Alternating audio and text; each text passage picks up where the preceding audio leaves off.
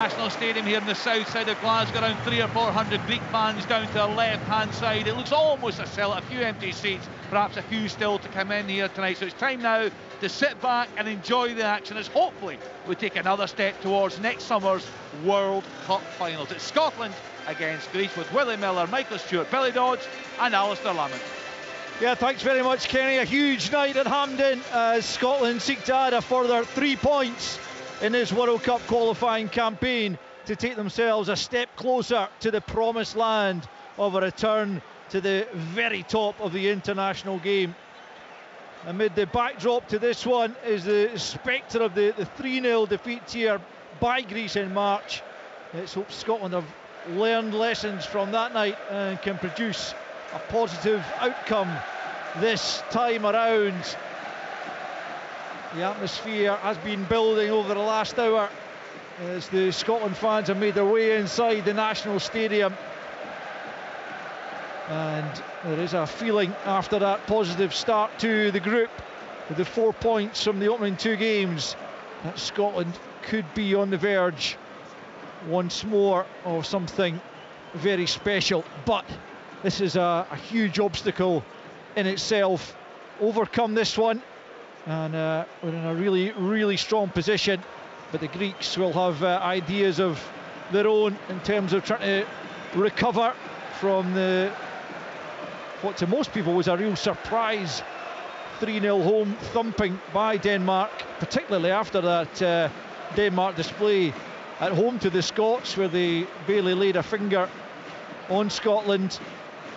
But they certainly lifted their game in Athens to record that impressive victory from which the Greeks now have to recover, and a victory here at Hampden would go a long way to doing just that. But Scotland, who themselves won out in Athens just a few nights before the 3-0 defeat here, will look to once again inflict a defeat on the Greeks and perhaps all but end their hopes of qualifying for this World Cup. They were last there in 2014, a long time ago, but not nearly as long as Scotland's last outing at a World Cup, of course, in 1998 in France.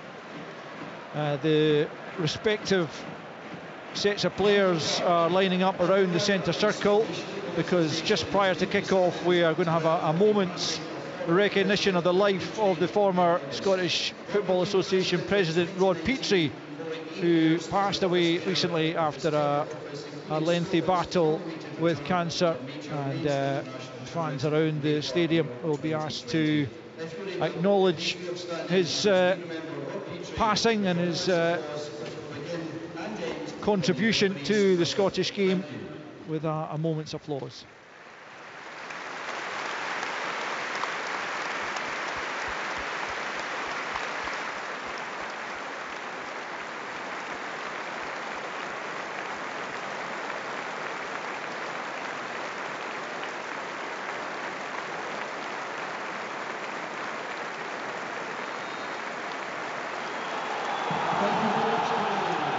Rod Petrie then remembered by the Scotland fans around the stadium ahead of kick-off in this massive game.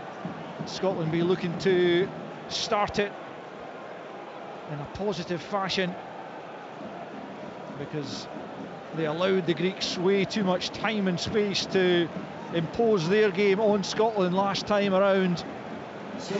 Although both Kostas Karetsas and Konstantelias are both missing from the starting 11, they were two of the three behind the striker who really inflicted most misery on Scotland. We're underway and it's the Scots who get us going from left to right. They will go at the start of this one, and already Ben Gannon-Doak is trying to make some headway down that left flank, but he just takes a heavy touch and knocks it out of play. Scotland all in navy tonight, the Greeks all in white. Just a quick reminder of the teams. It's Gunn and goal, Hickey, Suter, Hanley and Robertson, Ferguson and Christie, Gannon-Doak, McTominay and McGinn and Adams. For Greece, it's Solakis in goal, Vayanidis, Mavropanos, Kouliarakis and Tsimikas at the back. Zafiris and Kourbelis in the middle. Masouras, Bakasetas and Solis in behind Pavlidis, as Greece get on the ball there in the middle of the park. Scotland swiftly have it back, and it's Robertson who's really troubled by Karetsas in March. You won't have to put up with him this evening. He releases Gannon Doak. Now it's back with Christie playing in that slightly deeper role. McGinn tries the snapshot at the edge of the box. That is blocked away. Robertson tries to help it forward once more on the left hand side. Not once but twice. Gannon Doak gets it back out to the left hand side, and it's Robertson again getting a second crack at it. Can't find a teammate, and Greece will try and get that clear as Mavropanos does just that. And now Greece will begin to come forward for the first time. Their captain Bakasetas in that number 10 position. The ball comes in and it's chested back to Gunn by Hickey. Just about got enough on that. Good alert goalkeeping by Gunn to make sure there was no chance for Solis to nip in and pinch that one. A couple of minutes gone here. Scotland 0, Greece 0. He didn't just about, he did. And I tell you what, that was brilliant. What great composure. You might roll your eyes out, but I'm making a point. It was absolutely the guy is just, he's a classy player, Aaron Hickey. Great composure, he's under serious pressure, but he chests that back perfectly. Might have had your heart in your mouth for a moment there, but I'm not sure Aaron Hickey did. He's got cool, a cool head on his shoulders, that's for sure. Yeah, ice water for blood, I would suggest. I mean, it's the beginning of the game. What we thought, it's his first touch, is it? I think it is his first touch. Yeah. That's incredible to take that one whipped across the face. He's got a really good cross as well, and have the confidence and the ability to just take everything out of it with his chest back to his goalkeeper. Listen, absolutely fantastic defending. Here's Masouras right hand side for Greece as the ball comes back into the box. This one's off the head of Hanley and into the gloves of Angus Gunn, and Scotland don't have to deal with Karetsas and Konstantelias, but they do have Masouras and Bakasetas, who in their own right are very competent players. Let's hope they don't have the same impact though as the two youngsters did here in March. Here's Adams picking up from Gannon Doak. I'm not entirely sure why Shea Adams is trying to release the shot from the halfway line, as it wasn't remotely on, and it didn't come to anything. Unsurprisingly, Greece pick up at the back through Mavropanos out to the right hand side to Vayanidis, now of Sporting, having made that multi-million-pound move from Panathinaikos, having been sent off as well at Ibrox in the first leg. Down goes John McGinn, who's just caught there. The referee took a moment or two to give the free kick. Eventually does, a couple of yards inside the Scotland half to the right hand side. And it was, we've just got the screen just showing the replay in front of us there. He gets caught right in the top of his boot. Would have been a sore one. Suter hits a long diagonal looking for Gannon Doak. Scotland clearly keen to get him into the action early on.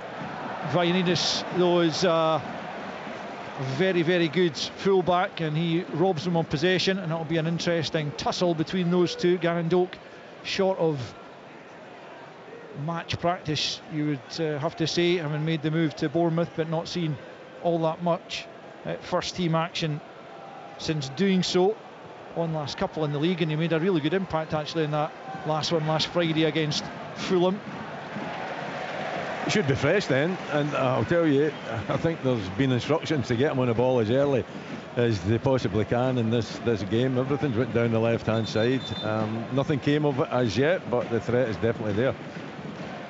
Ball is on the Scotland right just for the moment though. Aaron Hickey preparing to take a throw in midway inside his own half as Ferguson offers himself short. Then Christie comes. Christie puts it back to Hickey and then forward by Suter down the right hand side. Shea Adams nudged off the ball but battles away as he will do, and he's won it back, and he's got the free kick actually, which is excellent play from the Torino striker. We got that opening goal against Belarus, as well as a hat-trick against Liechtenstein back in June, and also on the score sheet for his club side last weekend. Scotland have it then. Suter midway inside his own half, plays it inside to Hanley, and now it's Robertson out to the left-hand side as McTominay begins to move Scotland forward, and now it's Gannon Doak coming in field. 2 or 3 players ganging up on him, and Greece have it back. and they will try and move forward themselves. Out on the left-hand side with Tsimikas, Robertson's former understudy at Liverpool. He's made the move to Roma in search of more regular football. Robertson himself having to play largely second fiddle this season. As Greece pick up on the left-hand side, and it is Tsimikas back in field. Mavropanos. Kouliarakis now on the halfway line, the young Wolfsburg defender. Very, very assured despite his tender years, only 21. Already a first choice for Greece in there, and it is a young team generally, although as we heard from Nikos Davizas pre-match, they have gone up for a bit more experience tonight with the likes of Bakasetas, who's 32, and the 31-year-old Masouras preferred up front to the youngsters we've mentioned. Throw in on the far side to the Greeks. Back the way they go, 6.5 played, 0-0. It's quite cautious, isn't it, I think, from Scotland? You know, get that feeling that it's a cautious approach to the game. You know, the only real threat has been getting Doak down the left-hand side. You know, whenever they've lost the ball, they go into 5 across the midfield as well. So your Solis, left-hand side of the box for Greece. Bakasetas back to Solis, plays it forward for Bakasetas. Oh, it should have been the opening goal. That is an absolute sitter that has been missed by Pavlidis at the back post. All it needed was a touch, and Scotland were behind, but somehow the striker failed to provide it. Massive let-off for Scotland inside 7 minutes, 0-0. I just wonder whether he'd have been offside, but this left-hand side there's a little bit of movement and rotation from the Greeks that's going to cause some problems. I'm looking at it again. No, I don't think he was. It's a huge let-off. You've got Solis, who's obviously playing on the left-hand side, but he just drifts onto the inside channel, and then you've got Tsimikas coming up and playing high on the wide area, and with Hickey and John McGinn, the timing has got to be perfect. Otherwise, there's gaps that are going to open up. Who's taking who? Whether Aaron Hickey's going narrow with Solis and then deep when he's dropping in, and it ends up John McGinn's going to have to be playing very deep, almost in the right back position if he's going all the way with Tsimikas.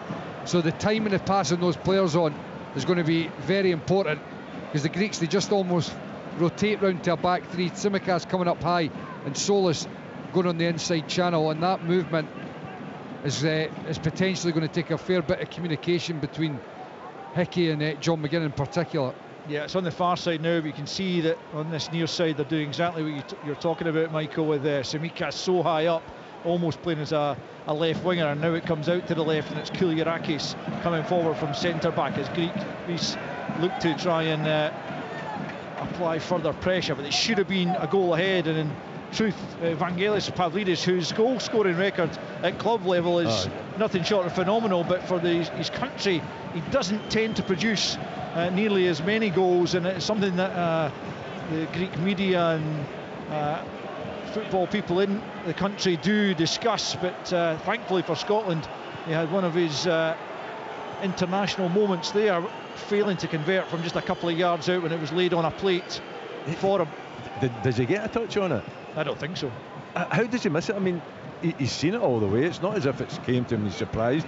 He's actually got his boot open, but somehow he doesn't manage to make contact. Adams has been penalised there. Looks a little bit unfortunate from this distance, because it looked like he just judged the bounce a little bit better than Mavropanos, but maybe he was a bit of a nudge. The referee's certainly only a few yards away, and we'll have to give him the benefit of the doubt. But Greece get the free kick on the halfway line. Yeah, you can see the replay close up there. He does just give him a nudge in the back there, but the Greeks just slipping into a rhythm here, controlling the ball pretty well. Their movement's good. They have it out on the right hand side. Vagianidis into the middle of the park, and now out to Kouliarakis, who is being allowed to come forward from left centre back, with Tsimikas much further advanced. Yeah, just in possession he's quite comfortable stepping across the left centre half, and if needs be stepping forward with it. Greece having more of the ball currently.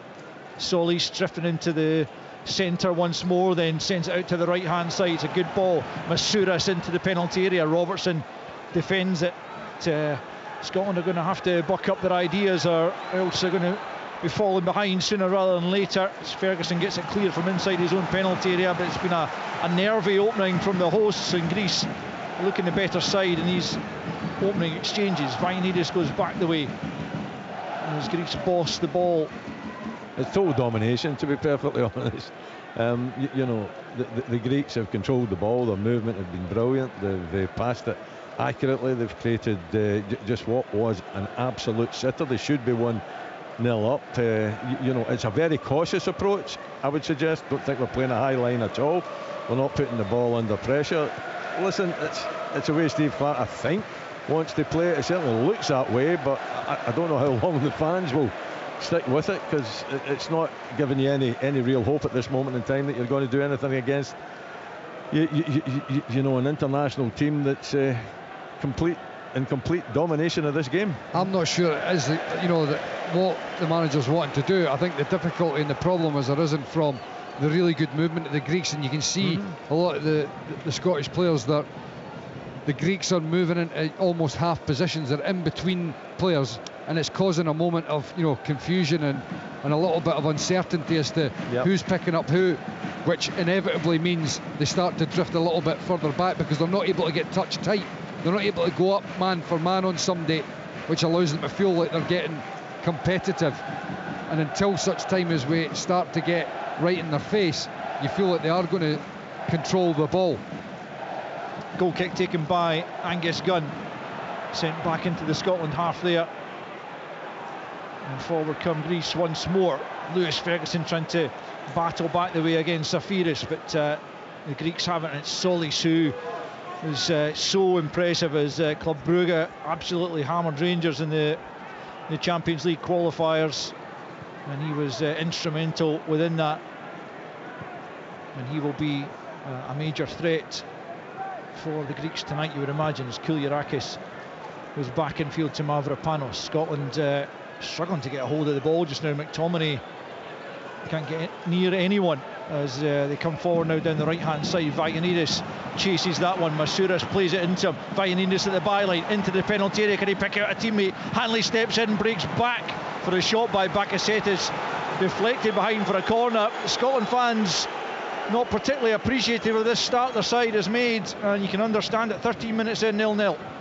It was coming, wasn't it? I mean, it's going to come, because the fans are not going to sit here and watch the Greeks dominate the game, dominate the ball. The blue jersey's not getting anywhere near a white jersey, and what is it, 12 minutes gone, 13 minutes gone, nearly 14. Bakasetas sends it in. Gunn gets that fist to it, comes out to Tsimikas at the edge of the box, and he rifles it over the top, and it will be a Scotland goal kick. But Scotland are playing within themselves, you'd have to say, at the moment. Let's get the thoughts early doors here of Billy Dodds alongside us in the gantry. Billy, it hasn't been the start that we hope to see from Steve Clarke's side, has it? No, and overrunning midfield, I think, is the key here. It's a bit like Denmark. We talked pre-match about the game and going 4-4-2. McTominay and Adams are trying to get a squeeze on the back four, and it's leaving us short in midfield, and they're just popping it round us. And then when they get a certain stage up the pitch, the full-backs are coming up the pitch as well, and we're getting overrun in there. Not unless we do something about it, maybe drop McTominay at times, especially out of possession. We're going to have a hard night. I think it'll change at some point, just looking at it. Yeah, Steve Clarke in deep conversation with Stephen A. Smith down there at the edge of the technical area. I think very much looks like they're trying to work out how best to deal with the way the Greeks are playing at the moment. Yeah, well, I mean, the problem is that it starts right from the back. They're getting control position at the back, and their movement in front of that is good. It's just, I don't so much think that it's being outnumbered anywhere. It's the Greek movement is really good, and they're finding the spare men. They're not in just a system, and they're staying with it. Out of possession, they've got a back four. In possession, as I've spoken about, Vagianidis is just coming round as a right-sided centre half. Kouliarakis is coming out to the left-hand side, and then we've got this movement in the wide areas that we're speaking about. The wide men just cutting inside in almost there is an inside forward, and you've got the wing backs that are playing. Their movement is very good.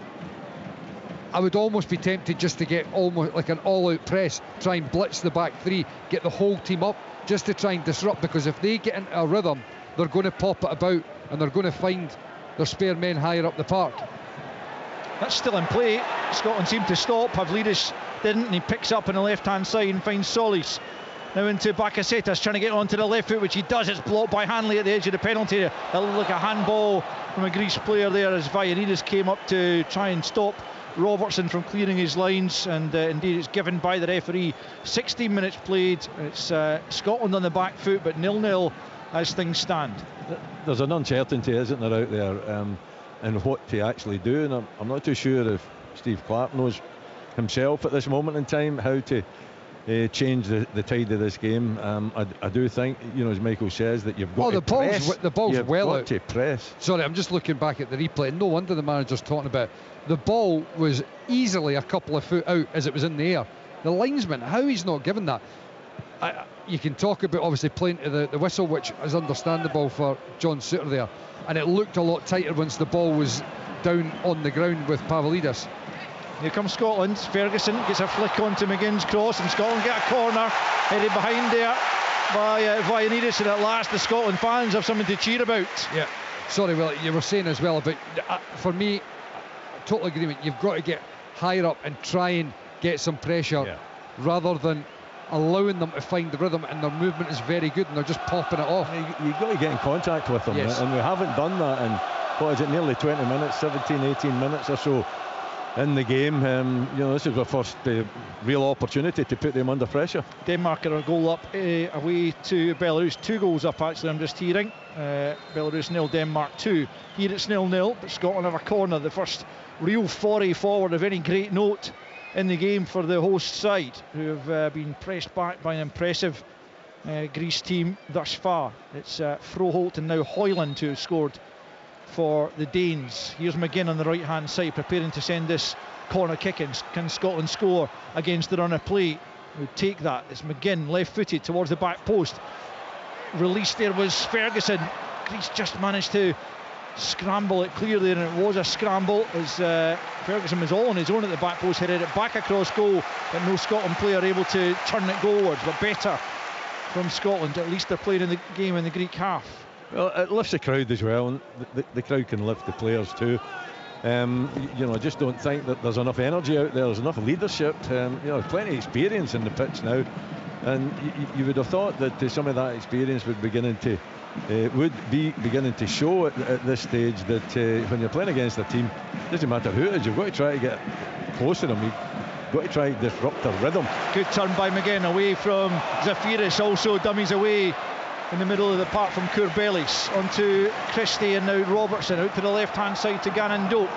More like it from Scotland down that left hand side, turns back the way looking for an option, back to Robertson, first time ball in, headed away only as far as Hickey, who thought about the shot then tries to bring it down, can't work his way through a crowded Greek defence, and eventually they will emerge with possession through Vagianidis. Turns back the way to Mavropanos, who hoists it forward up towards the halfway line, but just in the last couple of minutes Scotland managing to get a couple of attacks together. Still 0-0 though after 19 minutes. See, I know that obviously we're on the attack, but the importance of maintaining a bit of pressure on their back line, because it forces them to play a ball longer.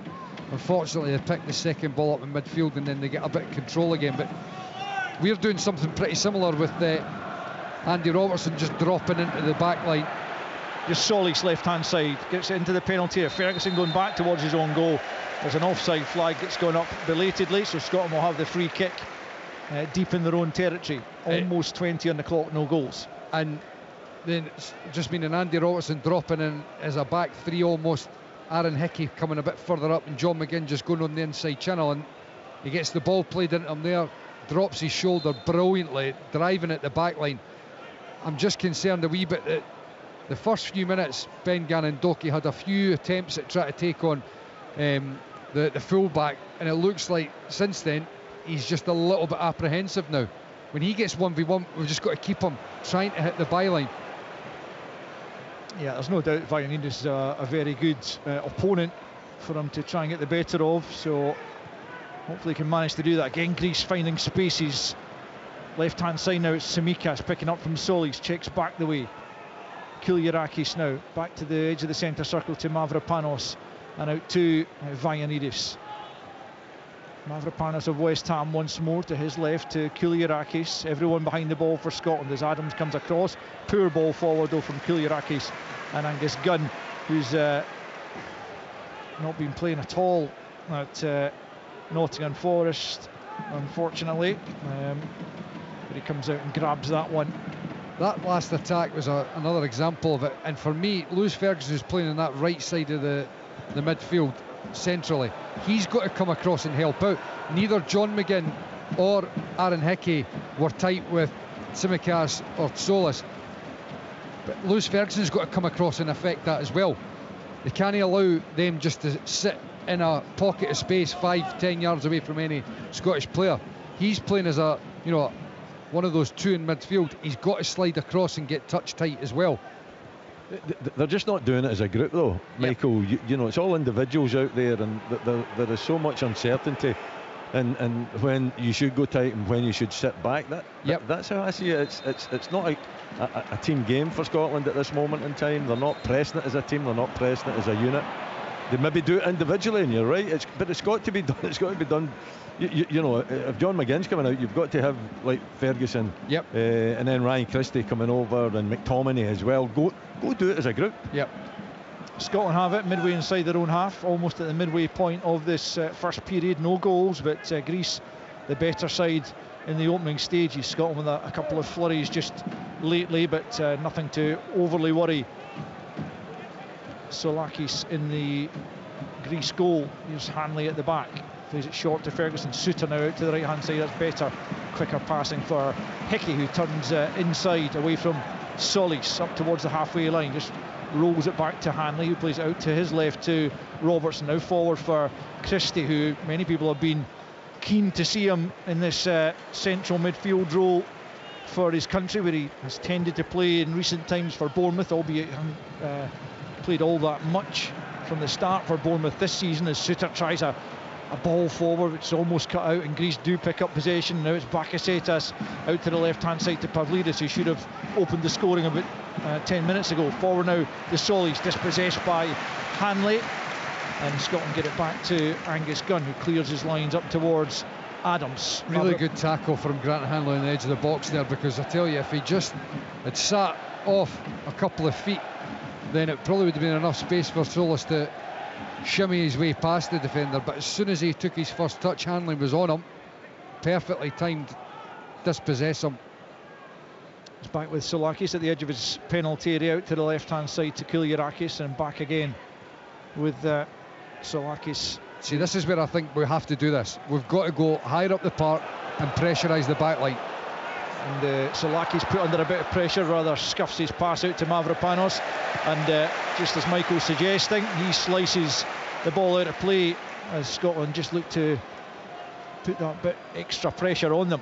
And I appreciate, obviously, it's not on every time, but on the whole, I think that's the way we've got to approach it. I don't think we can allow, to sit off and say we'll allow them to come, 10-15 yards from the halfway line and start to press from there, because I think their movement is so good that they're finding pockets of space and they're making it difficult with their rotations to get touch tight. Whereas if we just almost flood their back line and get as many bodies forward, we'll have greater success at winning the ball. McGinn trying to back into Tsimikas there, and he just stumbled. No ref.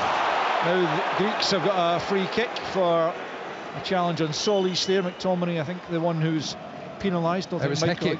It was Aaron Hickey, and I thought he did really well. He was just physical and in contact with his opponent. Adams has done well to win it back. Now it is Hickey right hand side, clipping it forward. Kyliarakis has got to deal with that, and he knocks it back to his goalkeeper. 25 played, Scotland 0, Greece 0. I think you've got to give responsibility to the back four or the back three. If one of the full backs is pressing, you've got to press much higher.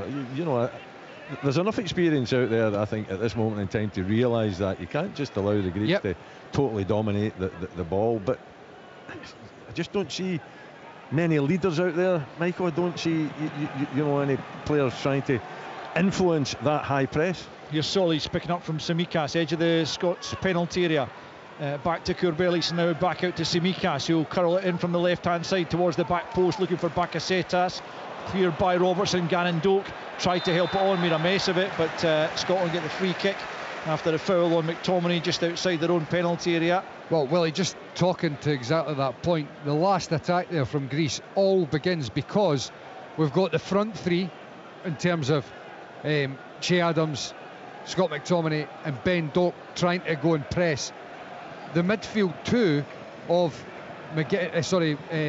Christie and Ferguson were 30 yards deeper, and then you've got their midfielder Courbelis just picking up an easy pocket of space to get on the ball. That comes, as you said, from the centre halves saying get up, and then telling Ferguson and Christie, one of yous have got to go and get on top of him. Squeeze, the whole team comes back to your whole point about the whole team's got to squeeze the game. Greece in possession, no goals at Hampden, 26.5 minutes played here as Mavropanos picks up possession and plays it square to his fellow centre back Kouliarakis. He turns it back to the goalkeeper Solakis.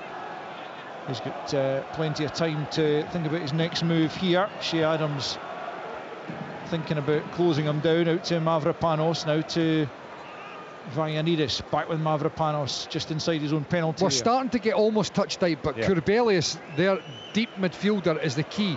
Somebody, Ferguson or Christie, has got to get right up, and for them to get right up, it means the defenders getting right up behind them, because as a midfielder the game's quite stretched, and your fear is if I'm running 30 yards to go and close this guy down and he pops it round the corner and there's a 30-yard gap, I've got an awfully far distance to try and cover to get back. Yeah, absolutely. I mean, the spaces, the gaps between, as Grant Hanley just plays the ball out for a throw-in, rather strange, but he was under pressure.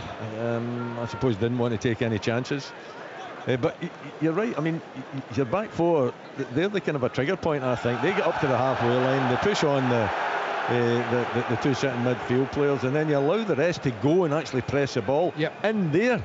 Last third, that's how I think that we should be playing, particularly at home. We're kind of unsure when that press should happen, though.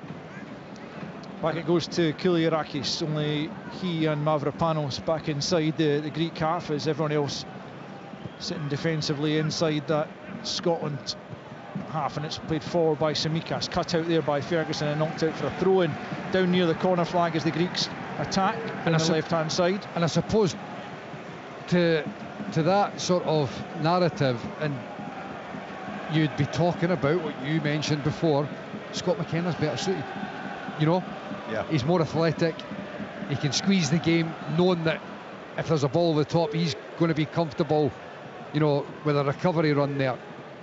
And that's no criticism of Grant Hanley, that's just a tactical thing. The game in Copenhagen, I think Grant even said it himself, that game suited him down to a T. Defend his box. That was his own words. Yeah. Greece have it once more, back with Solakis on the edge of his 6-yard box, almost 29 on the clock. Scotland 0, Greece 0. As Mavropanos brings it forward to Bakasetas, the captain. Now Masouras on the right hand side, forced back the way by Christie, gets the pass off to Bakasetas, keeps the ball well under pressure and then clips it out to this near side, and it's brought under control by Tsimikas, who will bring Greece further forward up to the edge of the penalty area. He comes infield to Bakasetas, tries to play the quick pass forward for Pavlidis, but Hanley read that one and gets it clear. But Greece pick up once more, and it's Zafiris, a young Slavia Prague midfielder, for Mavropanos. Again, Greece popping the ball about almost at will. As I say that, they give it away to Gannon Doak, and now it's Christie, quickly closed down but fouled by Courbelis, and Scotland get the free kick midway inside their own half. Almost half an hour gone. Scotland 0, Greece 0. I'd be very surprised if the manager hasn't been working on these rotations and movements from the Greeks, but it appears and seems like we're not comfortable, we're not understanding who is going on who. There's an element of uncertainty, and when you're trying to press as a team, all it needs is one person to not fully understand, and then it's toast. It's not going to work, and it just doesn't seem like we're in a rhythm of how to affect the game when the Greeks have got the ball. Scotland get a free kick. Gannon Doak was just dragged back there by Vagianidis as he tried to spin away from him. So that free kick just a few yards inside the Scotland half. Quickly taken by Robertson back to Christie. Christie left hand side. Tries to move away from Bakasetas and gets it forward to Gannon Doak. Infield for McTominay. Quickly closed down by Zafiris, but gets it to Gannon Doak, who in turn plays it to Ferguson, who comes infield to Suter. Just a few yards inside Scotland territory. Now Hickey on the halfway line.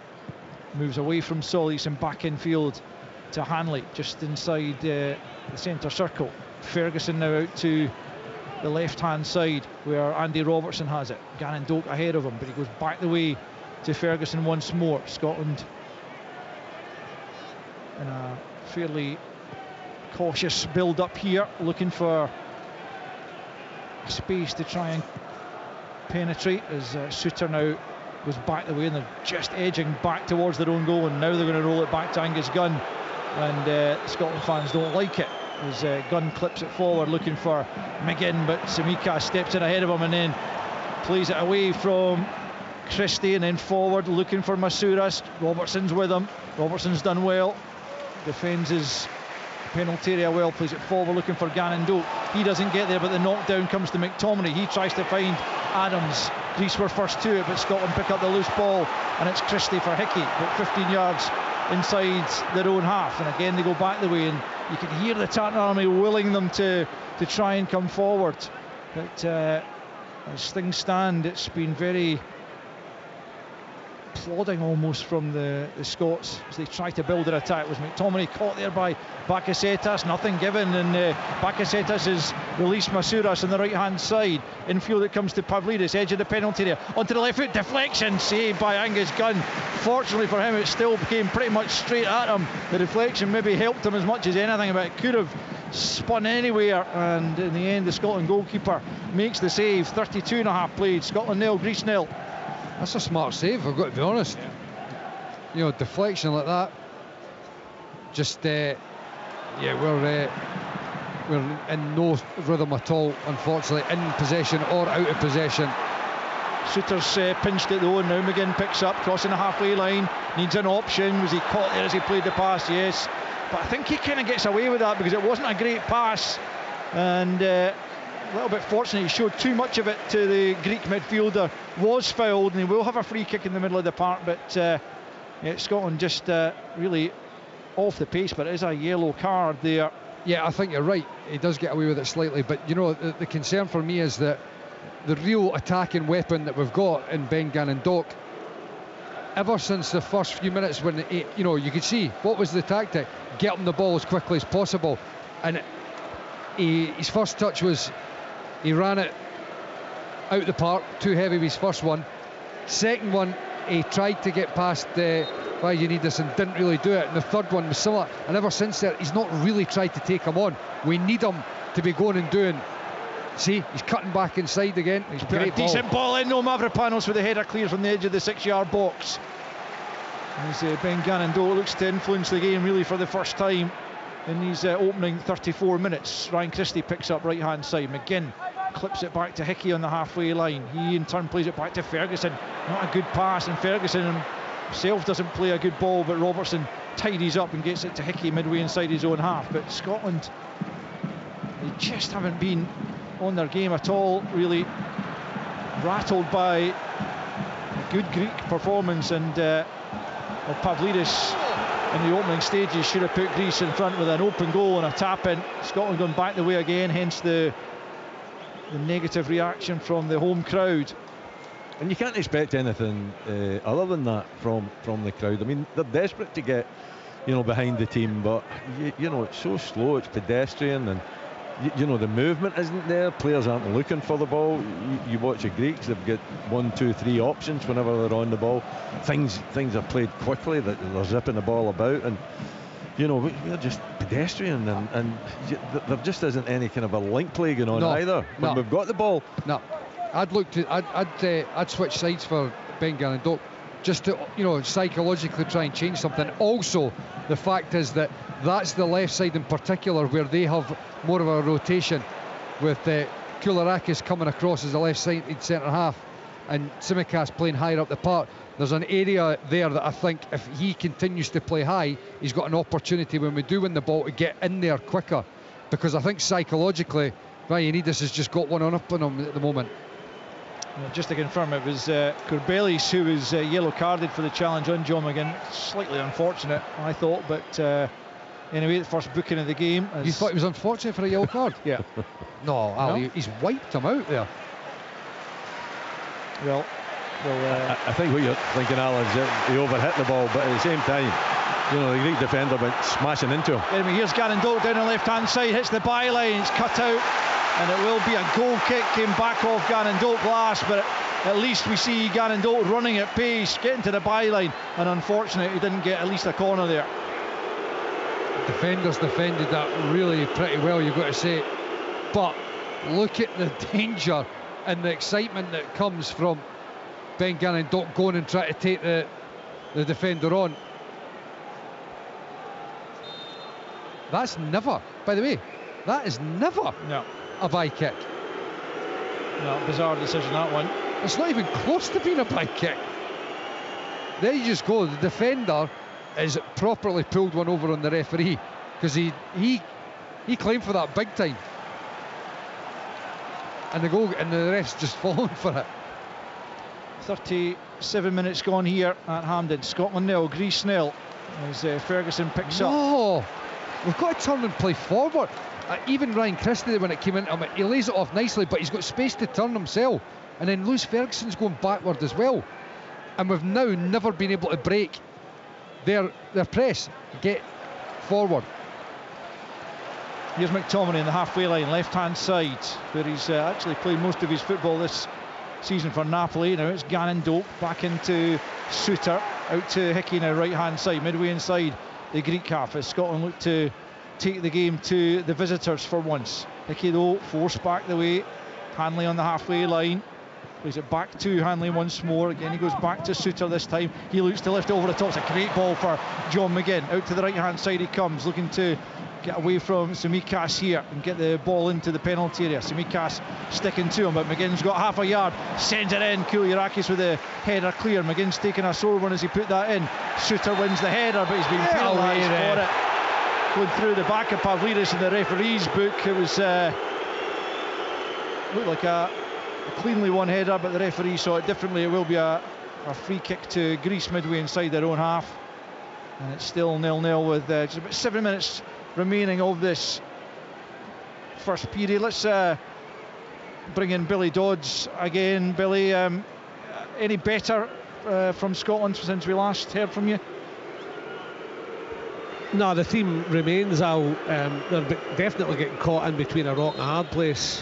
Boys have been touching on it, but the first protocol is they're trying to play like they did against Denmark and play like a two. They're going to squeeze the two centre halves. Soon as they do that, they are outnumbered because they're just bumping around them. They can't get the back line up. We're not comfortable with it. Mikey's pointed out, like, Hanley and Suter are not great at squeezing the game because they don't want to leave too much space in behind. So they're really caught in between a rock and a hard place. We'll touch more on it at half time. 6 minutes until then, 0-0 it stands, and Scotland have got to be happy with that scoreline, I would suggest, at this stage, given the way the game has flowed. Here come Greece through Kouliarakis, midway inside the Scotland half, the centre back. This time he goes back the way though to Mavropanos inside the centre circle. Out to the right to Ioannidis, and now Masouras. Again Greece able to pick their passes, but McTominay stretches out and intercepts, and now Christie forward for Adams. Adams comes back into traffic, rolls it back though to Hanley, and now Ferguson bounces it back to Hanley, and now it's Suter still midway inside his own half, looking and thinking about options. Just goes back square to Hanley to his left to Robertson. You know, in the last few minutes Ryan Christie's made a big difference in terms of just actually looking and getting forward and playing forward. We need more players to take, and it's difficult because we've been on the back foot. There's another one, quick round the corner early. The ball went into Che Adams and he came back instead of, we need to take greater risk and get forward. Ferguson asking too much there of Hickey coming down that right hand side, and Tsimikas though has just stumbled and run it out of play. Scotland have a throw in an advanced area, as Hickey just ties his boot before taking this free kick. 5 minutes until the interval, 0-0. It's just a mindset, isn't it, in midfield? Rather than you're looking at Lewis Ferguson, every touch he's had in the game so far has been back the way. He's never at any time had a kind of a touch sideways so that he can turn his body so he can then look forward. And Ryan Christie just did that lovely little turn as well, lovely little spin turn, and then his first thought is, how do I get a forward player? Oh dear me. Well, the referee didn't want to award the free kick there, but the assistant has flagged for that. Pavlidis isn't even really claiming for it. He's hoping for a bit of contact there so that he can go down. It doesn't come, but nonetheless the assistant flags for the free kick, and the referee takes his word for it. He was going to give the throw into Scotland, but as it is, it's a free kick. Certainly in real time that just looks embarrassing. Football is a contact sport. There wasn't even any contact, I don't think. No, there was. Lewis Ferguson's touched him with his arm, but you're allowed to do that. It doesn't mean every time you touch the opponent it's a free kick. Plus, Pavlidis is running the ball out the pitch as well, so it's not having an influence on where the ball's going. Hickey going back towards it. He was bundled to the ground. That was a bit more obvious. I think we can agree on that one. Yeah. And even the referee agrees on that one. So it'll be a free kick to Scotland deep in their own territory, just a few yards from the corner flag, with 42 minutes played at Hampden. No goals in a game. Both sides really have to win if they want to make that positive step towards qualifying. Angus Gunn preparing to take the free kick from just a few yards away from his goal line. Made one good save just a few minutes ago from a deflected Pavlidis effort. Pavlidis himself should have opened the scoring in 7 minutes as Shea Adams tries to flick on the Gunn free kick and completely misses the ball, and the ball is back instead with Greece and Kouliarakis. Left hand side is Tsimikas. We're going to get a goal before half time. Greece certainly would be the more deserving of it, you would have to say, in the balance of play, as they go back the way to Mavropanos in the edge of his own area. Now Vagiannidis. Again, it's too easy for Greece to get out as the ball is popped off to Kourbelis and then back to Mavropanos and on to Kouliarakis left hand side. He just plays it back infield to Mavropanos. Square once more to Vagiannidis, still midway inside his own half as half time approaches. Out to the right hand side now as Greece look to build here with Masouras down that right flank. 3-0 Denmark away to Belarus. That'll be played in Hungary, where we visited last month. Out to Tsimikas here, left hand side, into the edge of the penalty area as Ferguson makes a challenge. It was a challenge you had to be aware of. The referee is given a free kick to Scotland. Is he going to book? I think he's going to book Zafiris here for simulation. Some bizarre decisions from the referee, because I'm not being funny, it's not a penalty kick, but he's been, but there's, you know what, there's more contact in that, much more, than what Lewis Ferguson did with Pavlidis doing at the other end. It's not a penalty kick. It is never a booking though, never a booking. Nah, Zafiris, I think it is, isn't it? And yeah. He's actually. You can understand how you go down. Pushing a wee bit, yeah, but just a wee bit, but he's off balance. Aye. You know, it's never a Zafiris. No, it's not a dive. There is contact. It's not a dive, is it? No, and it's not a penalty. There is a little bit of contact. It's not a dive, and the referee decides it is a dive, and he books yellow card. Incredible. So both Greek central midfielders on yellows now. Scotland have got a number of players on yellow cards, and the cynic in me suggests it'd be better picking up a second one this evening and missing the Belarus game than risking one in the Belarus game and missing either of the latter two games. We've not got this right at all, and I go back to, I can't believe that this has not been discussed, in the build up to the game, the setup. Here's how we're pressing from a front line position. Who's pressing on who? Because we didn't really have a set system here that we're pressing from, and we're getting picked off. You don't think it's reactive? It's not instinctive.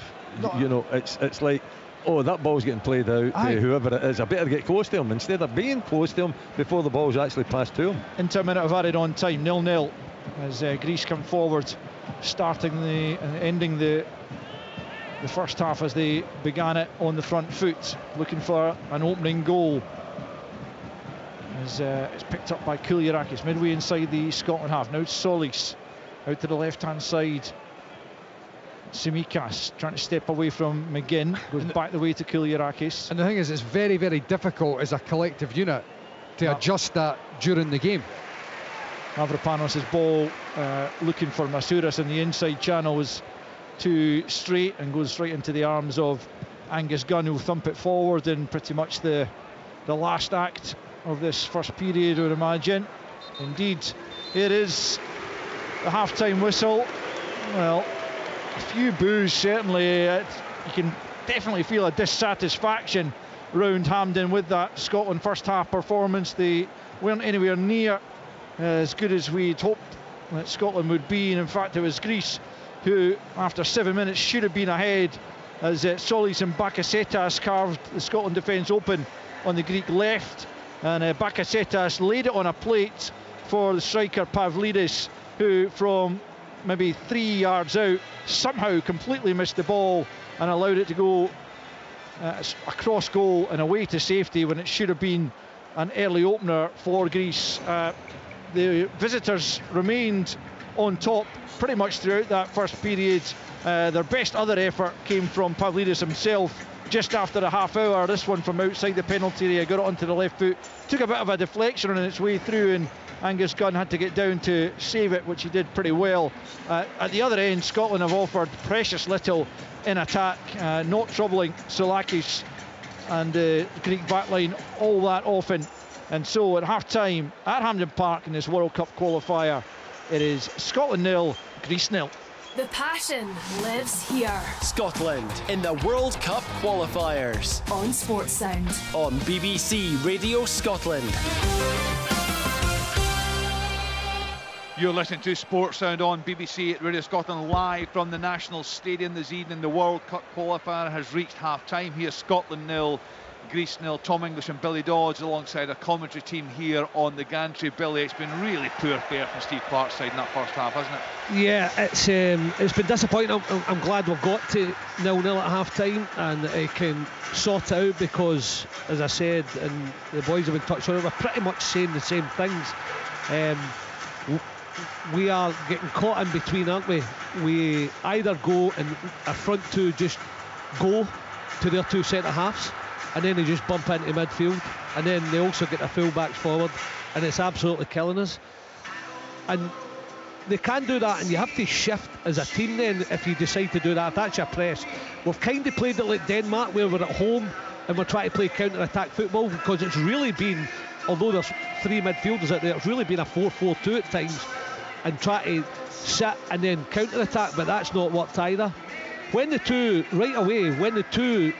centre forwards, one midfield and Shea Adams, it's McTominay, and they decide to go, and they don't always pick up their midfielders behind them, they just go to the two centre halves, we're in trouble, because we are outnumbered then, but they're also bumping it round us, and they have an extra man in midfield, and it's killing us. But that's because the back line are not comfortable squeezing.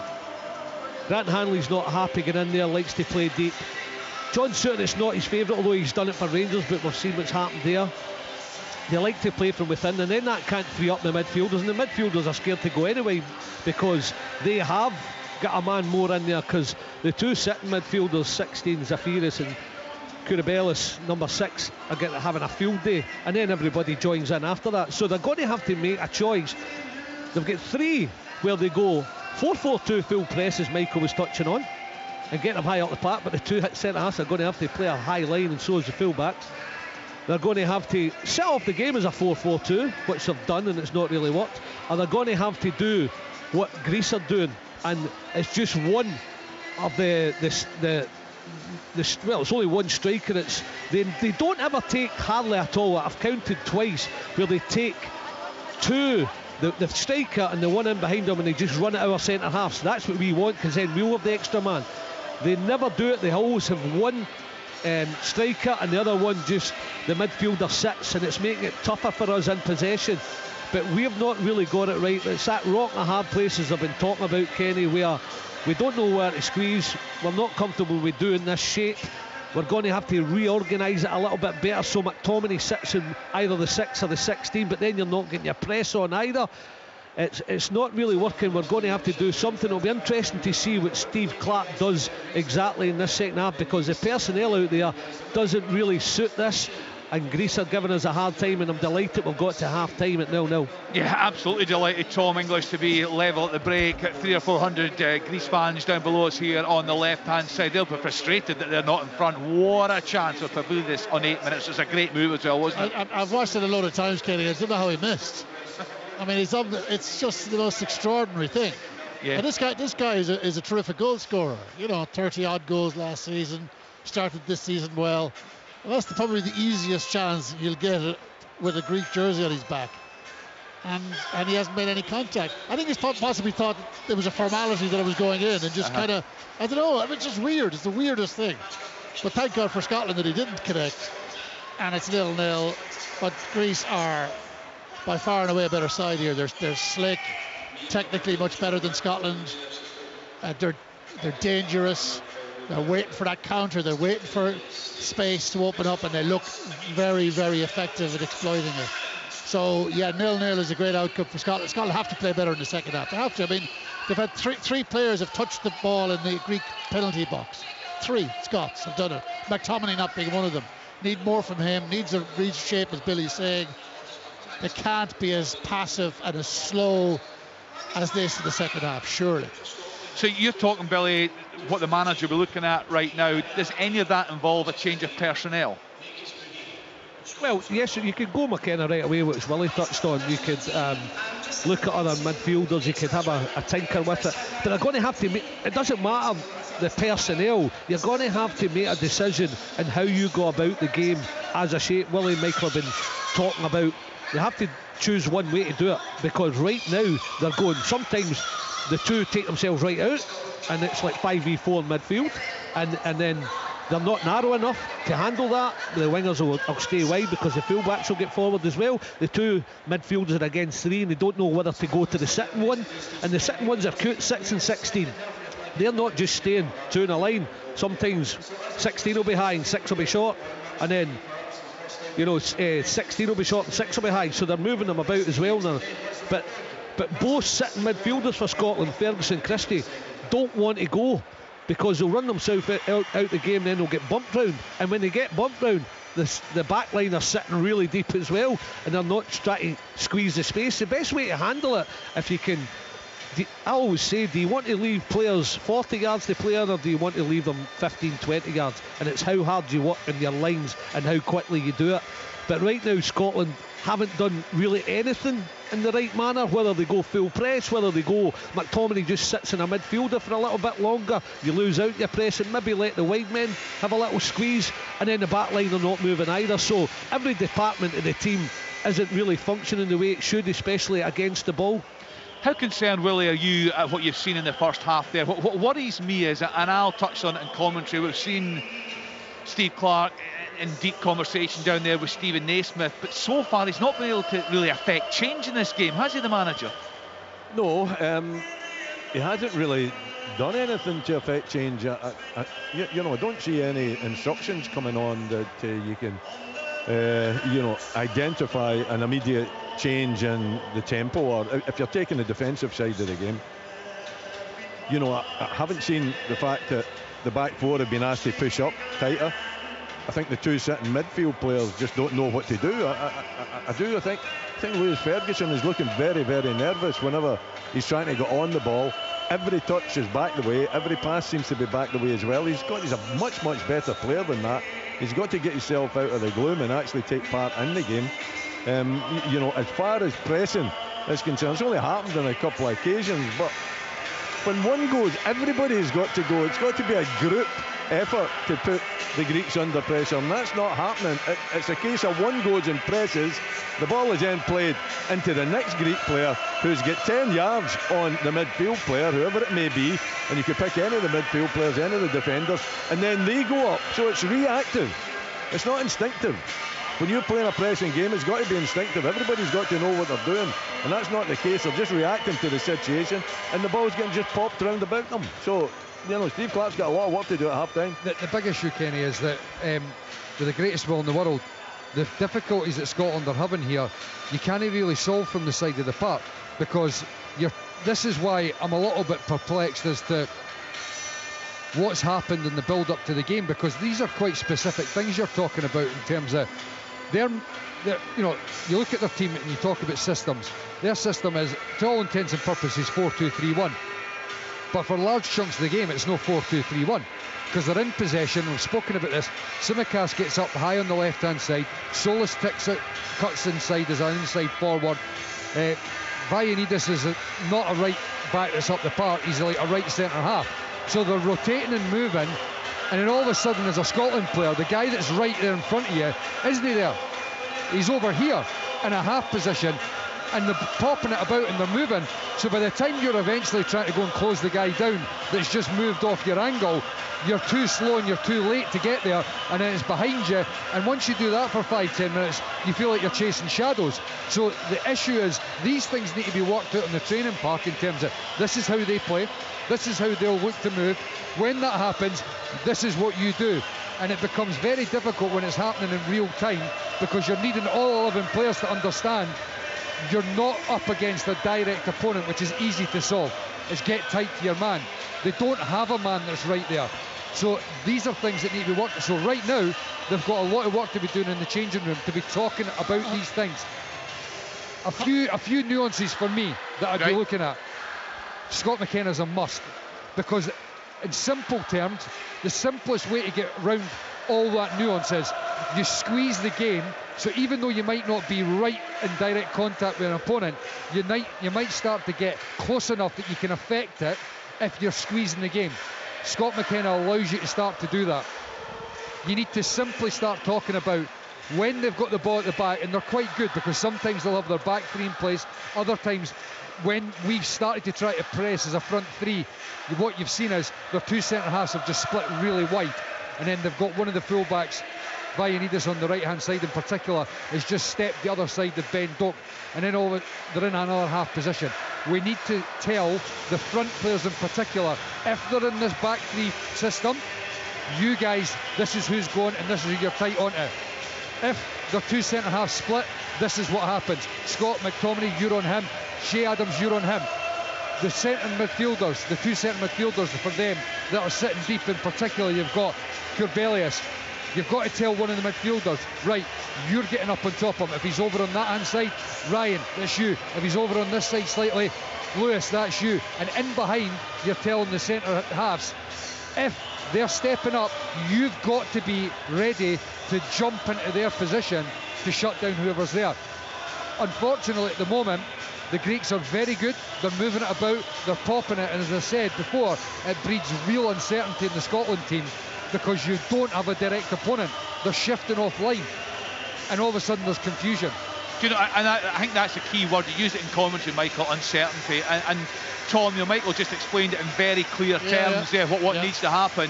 And he's right, it does look uncertain. There seems to be confusion out there from the Scotland players. Yeah, there's without doubt. I mean, they're better than this. We know they're better than this, but there's doubt, there's self-doubt. The Greeks have put that kind of negativity in Scotland's head, and Mikey's description is really, really good. Take that technical explanation of it, because something has gone badly awry here, and Michael described it. For all of these good Scotland players, and none of them are having an impact on this game. McTominay, McGinn, Gannon Doak, Shea Adams up front. And I get Billy Gilmore on the park as well, by the way. Yeah. Because in possession, he looks to get the ball forward at every opportunity. Sorry, Tom.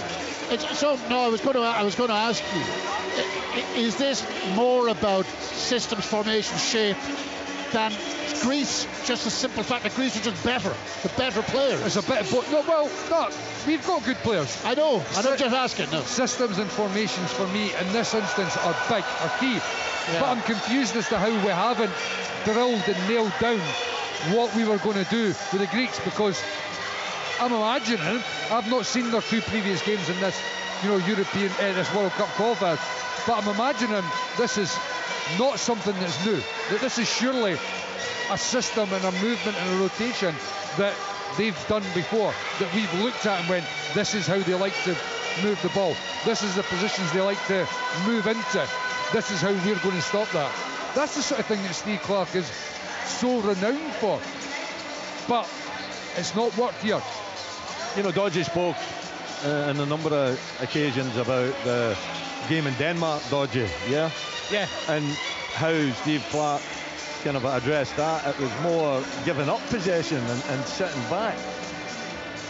Is that what the tactics was here? You know, we're talking about the players here not taking responsibility and not understanding what's required, but maybe the managers asked them to sit off and try to do the same job on the Greeks as they did against Denmark. It simply isn't working, that's for sure. So I think what he's got to do at half-time is rethink it completely, if that's the case, and get that press, get that high press. Scott McKenna, for me, would be the guy to do it as well. And if you're given two centre-back instructions to get yourself pushed up towards the halfway line, that isn't Grant Hanley's game. Grant Hanley's game is sitting in his own box and defending. So it's no slight in Grant Hanley when we're talking about this. It's just a simple fact that if you want to press, and it's got to come from the back, in my opinion, then you need someone with pace, because if they hit you in the counter, then you've got to have these legs to make sure that they're not ripping you wide open. Well, it's got to get a whole lot better here at the National Stadium. The teams are back out for the second half. It's Scotland 0, Greece 0. Full second half commentary to come right here on Sports Sound on BBC Radio Scotland with Willie Miller, Michael Stewart, Billy Dodds and Alistair Lamont. Thanks again, Kenny. Don't see any immediate changes to that Scotland lineup. So it looks like they're sticking with the starting 11 for now, and Greece making their way back onto the pitch as well. A couple of players in the middle of the park on yellow cards for Greece, and they'll have to be wary of that, you would imagine. As we've got a picture here on our monitors of Steve Clarke in further conversation with Stephen Naismith and Alan Irvin, his assistants. But no changes for either side, and that being the case, the 11 who started the game for Scotland are going to have to be a whole lot better than they were in that first period. There will be Greece to get us underway for the second period then. They will go from left to right as we look at it from the back of the main stand. Remember, after Sports Sound tonight, Off the Ball will carry on until midnight and give you their take on the proceedings. So I know Michael always enjoys that. And no doubt will be tuning in on his drive back east. Let's hope they've got plenty to be happy about in that one, as Mavropanos plays it to Kouliarakis, out to the left-hand side to Tsimikas. Greek defence that was extremely comfortable in the first period, very rarely put under any pressure by the Scots. Instantly, look how much higher the two centre midfielders are, Ryan Christie and Lewis Ferguson. Bakasetas still plays it round Christie and finds they're in, but look, they're within touching distance. They've been able to affect it, which to me is a huge positive. But there's an element of that I just wish, and I know it's difficult as we've already spoken about on the park, but that's where particularly the two centre halves, it's key that they communicate and talk. Greece have it at the back. Mavropanos to bring it forward, charging up towards the halfway line. Pavlidis lays it back to Kourbelis, and now Kouliarakis up towards the halfway line, that left hand side, clips it out looking for Tsimikas. A good ball and a good first touch, gets it out of his feet and gets the cross in, and Pavlidis attacks it and puts it over the top with a header. Well, that's 3 opportunities he's had this evening. That was a decent one as well, failing to score from a couple of yards out early in the first period. An effort on target from outside the box, and that header from about 8 yards out over the top under a bit of pressure. But again, it's Greece who look like the side more likely to open the scoring here. 0-0. They're just able to impose their system on us far greater than we've been able to do it to them, unfortunately. Ferguson knocking that out of play, certainly in the officials' minds. It's another big chance, though.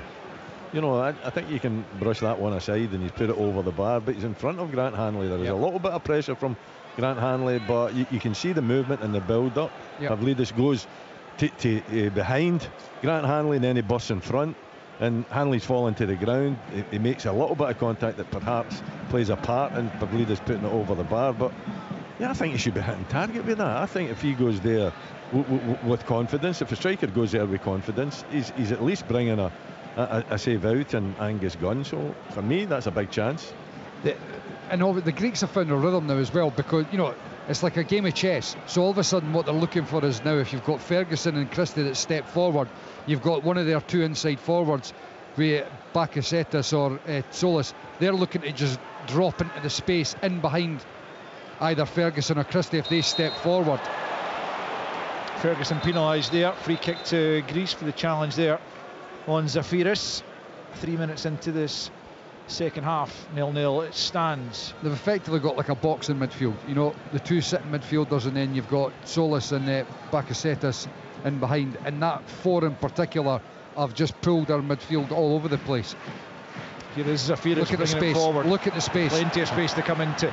Brings it out to the right hand side to Masouras. He touches it back first time. Ball into the box is knocked away. It was Bakasetas who turned it in. It's cleared by the Scotland backline, but here they come again, the Greeks. Masouras plays that forward. Too much on it this time. Behind for a goal kick. Willie, I'm going to ask you this. If I offered you a goalless draw right now, would you take it? No, you wouldn't take it. What you're asking a question there is that this game has got to change. The manager's got to change it. Scotland have got to be better. Listen, he's got players on the bench. He can change information. He can change the personnel. I don't think you accept that at this moment in time. I know what you're trying to say, Al, and I understand it, because we've been outplayed, we've been outthought as well, and you know they've missed one absolute sitter and then another header and a strike at goal, the deflection. So they've had all the chances, and understand your mindset there, but no, I don't think so. I think we've still got to go to Greece as well, you know, so we've still got to overcome that hurdle. I think this game, the manager needs to change it in some way. I think he'll be down there and he knows that he needs to change it. Here they come though. It's Vayanidis up towards the edge of the area. Simikas, his fellow fullback, is up in an advanced area as well. Left hand side, lifts it in. Good header. And it was a good, important defensive header in there from John Souttar. I think he was fouled by Solis as he tried to attack it there. And certainly Scotland have been given the free kick just outside the 6-yard box at 5 minutes of the second half played, and it's very much similar direction of travel in terms of Greece attacking and Scotland defending. I don't think the referee knows a good challenge from a bad challenge, to be perfectly honest. No. I'm not a huge fan of, you know, I'd much prefer having the side in a back four, but the way that this game has gone and the way that the Greeks have been able to implement their game on us, I actually wouldn't be against going to a back three. It'd be more comfortable getting man for man. You'd be able to get a box in midfield to get touch tight to their midfield four that are in there that are causing us chaos. Scotland pick up through Hickey. Solis was complaining he was fouled off the ball there. Referee either didn't see it or wasn't interested. Now Scotland have a free kick for a challenge on John McGinn. Just interested, Willie, do you know who this referee is in relation to Scottish clubs in Europe this season? Go on, enlighten me. He's the one who sent off Alexander Jensen. Okay. Hopeless. Okay. Which was also Indeed. a very debatable decision, I thought. Agreed. Scotland have taken the free kick. Souttar with a big diagonal. It's a good ball out for Gannon Doak now. He just tried to take it in his stride and he runs it out of play. It will be a Greek throw-in. It's a wonderful ball from Souttar. Gannon Doak just unable to take it on as he wanted to. You were hoping that Gannon Doak would maybe start the second half, or would have been moved in the first half to the right hand side, Mike. It's not happened, obviously, but it seems like it's something worth trying, surely. Yeah, among other things. I think there's a number of things. I think, you know, at the stage where it almost feels like you've got to change something. You know, fun enough, Willie and I were talking about this earlier on with regards to Aberdeen. It got to the stage where it was like you need to change something almost to psychologically give the team a sort of reboot, and I feel like just a little bit of something changing, perhaps. I don't know how we've got a free kick for that as well, by the way. Well, we have, so we'll take it. It's a free kick about 20 yards inside the Greece half. Pavlidis adjudged a foul. Ferguson. It's Robertson to take it then. Swings it into the box. It's well attacked, but it's well wide of goal as well from Suter from about 14 yards out. Never looked like it was going to trouble the goalkeeper, and no Scotland player close enough to try and latch onto it either. So behind for a goal kick. 52 and a half played. Scotland 0, Greece 0, but at least Scotland getting themselves up the park there.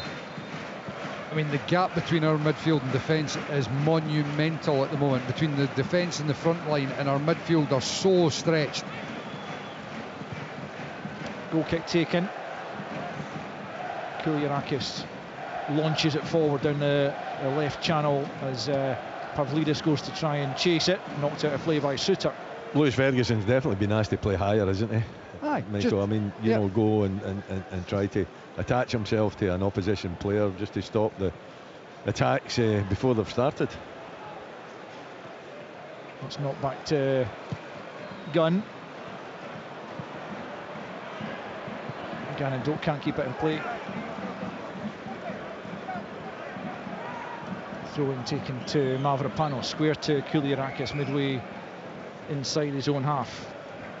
Scotland have lost their last couple of games at Hampden. Certainly don't want to make that 3 this evening.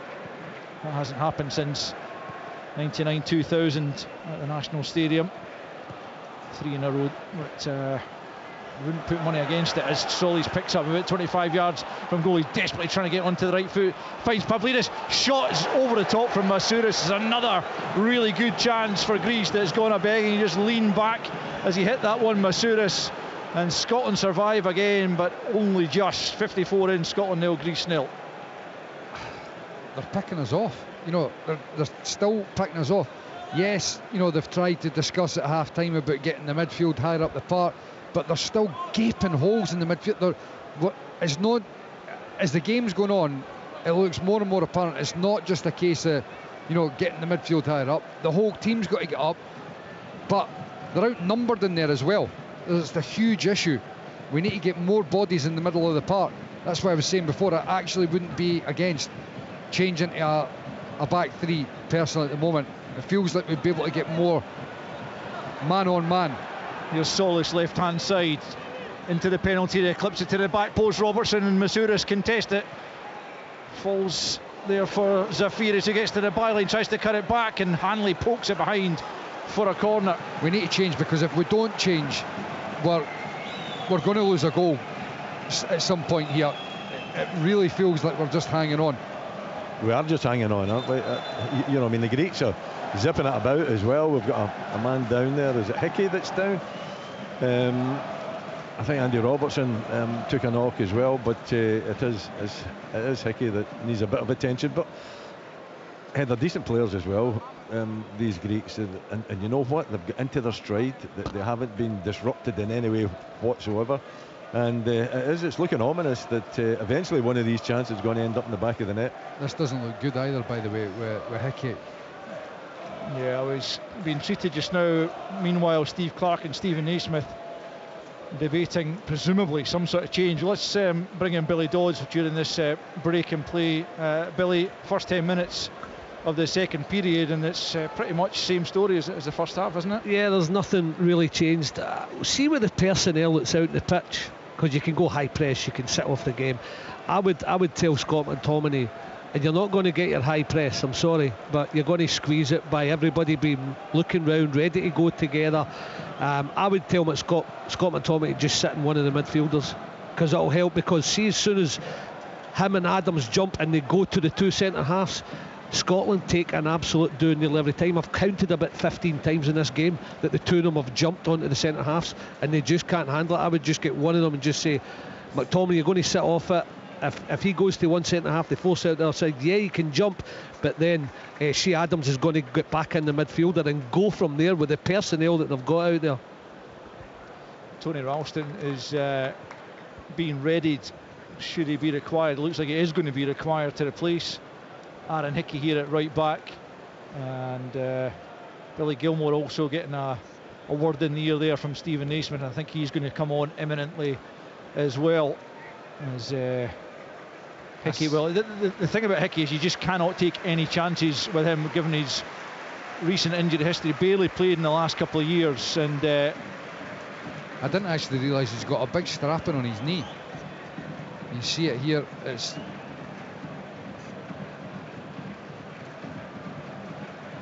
looks like he's holding his hamstring. Yeah. He's limping off here, and he'll be applauded off by the home fans, who are desperately keen to see him as part of a successful Scotland side. But he's going to depart here as both Ralston and Gilmore prepare to come on. So it'll be Ralston clearly for Hickey at right back. Let's see who Gilmore is going to replace. As he gets a final word in the ear from Steve Clark, his manager. And hopefully Billy Gilmore can come on and add a bit of stability there. It's Gannon Doak that's going to be taken off for Gilmore, so definitely going to be some sort of change of shape, you would imagine, there. And Gannon Doak certainly hasn't been as influential as we would have hoped, but well, they might change the shape, but you could just put Christie out wide, couldn't they? And Gilmore. First thing they've got to do is defend this corner from the right hand side for Bakasetas to curl in left footed. It's McTominay who rises highest. Overhead kick comes in. Scotland trying to get it clear. Adams does so. Zafiris out to the right hand side for Bakasetas once more to go back the way. And Vayanidis will pick up and just roll it back to his goalkeeper. Solakis now out to this near side for Bakasetas once more. Remember, Greece have still got the likes of Karetsas and Konstantelias, who inflicted such damage and misery the last time they were here. They could come off the bench for the Greeks in search of that opening goal, which I don't think too many people would disagree they deserve. As Tsimikas picks up on the left hand side. Good clearing header from Robertson, but only as far as Vayanidis on the angle of the box right hand side. Closed down here by Christie. Vayanidis spins away from him, gets it back to Bakasetas.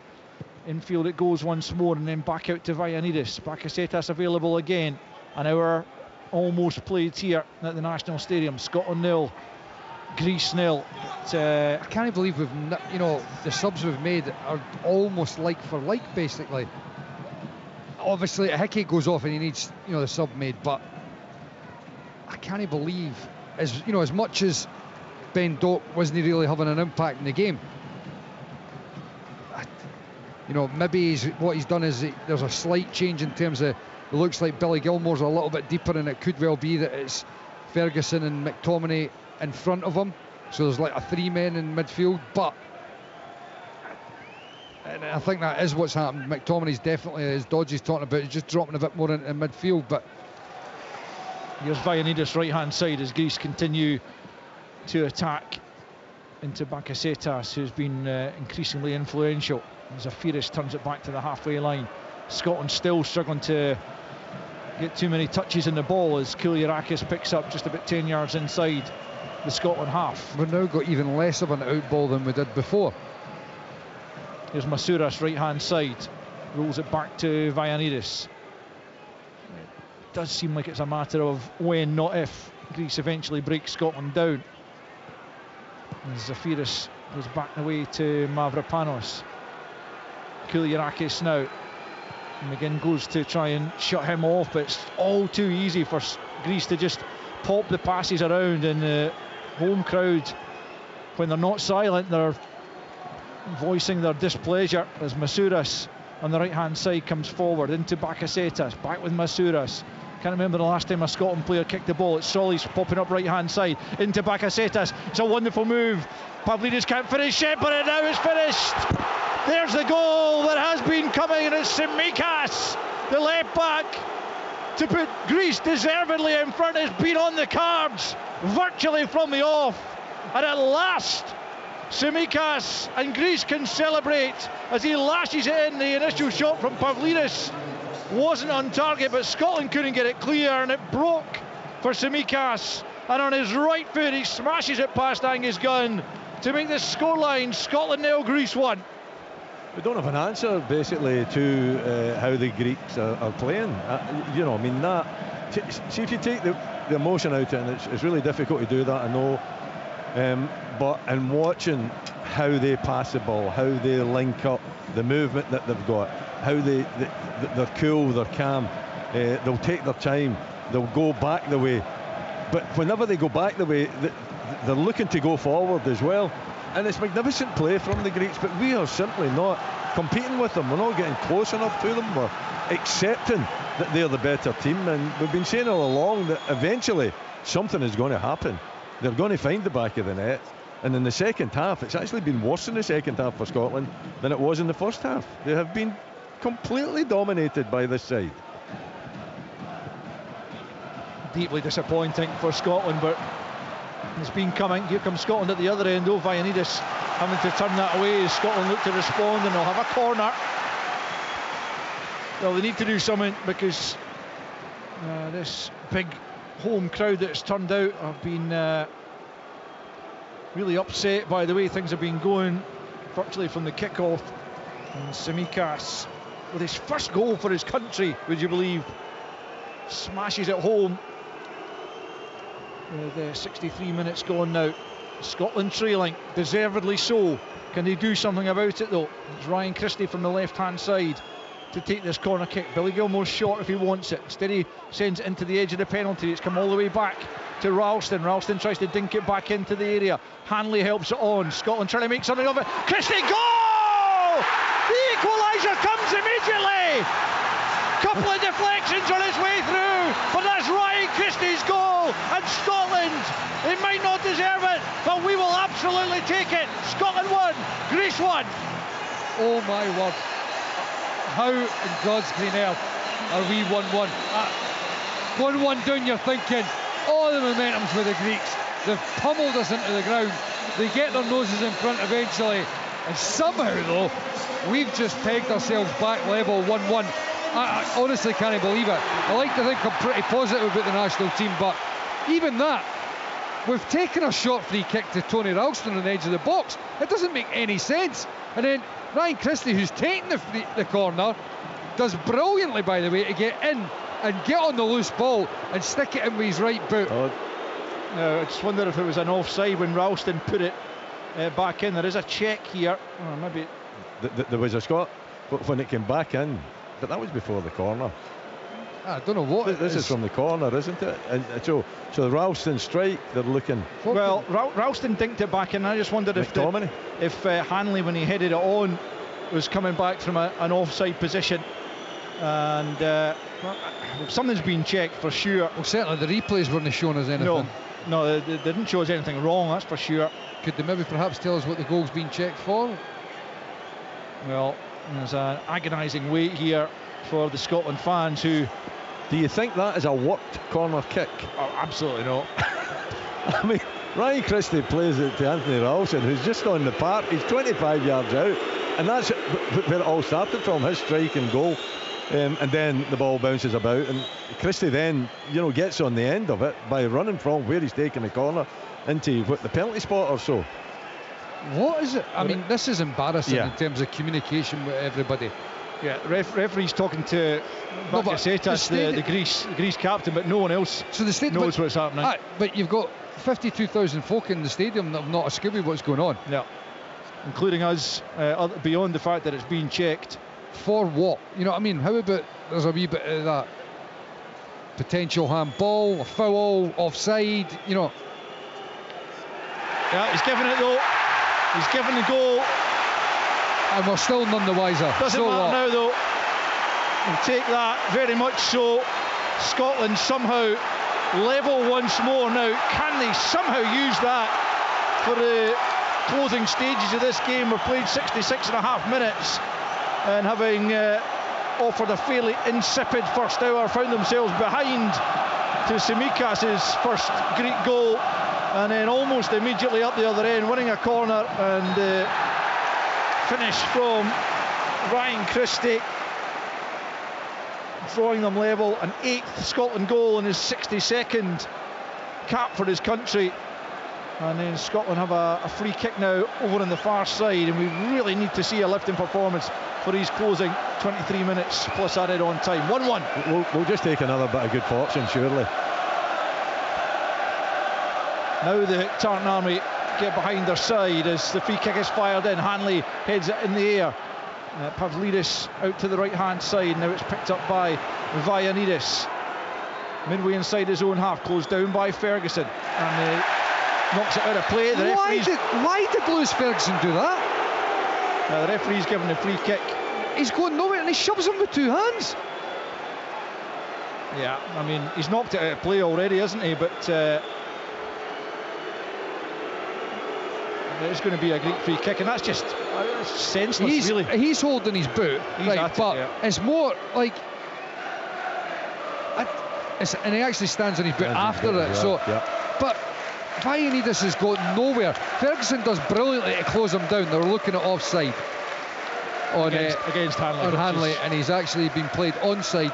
I couldn't tell you who it is that's played him onside, mind you, because I can't actually see it, other than just there was a line there.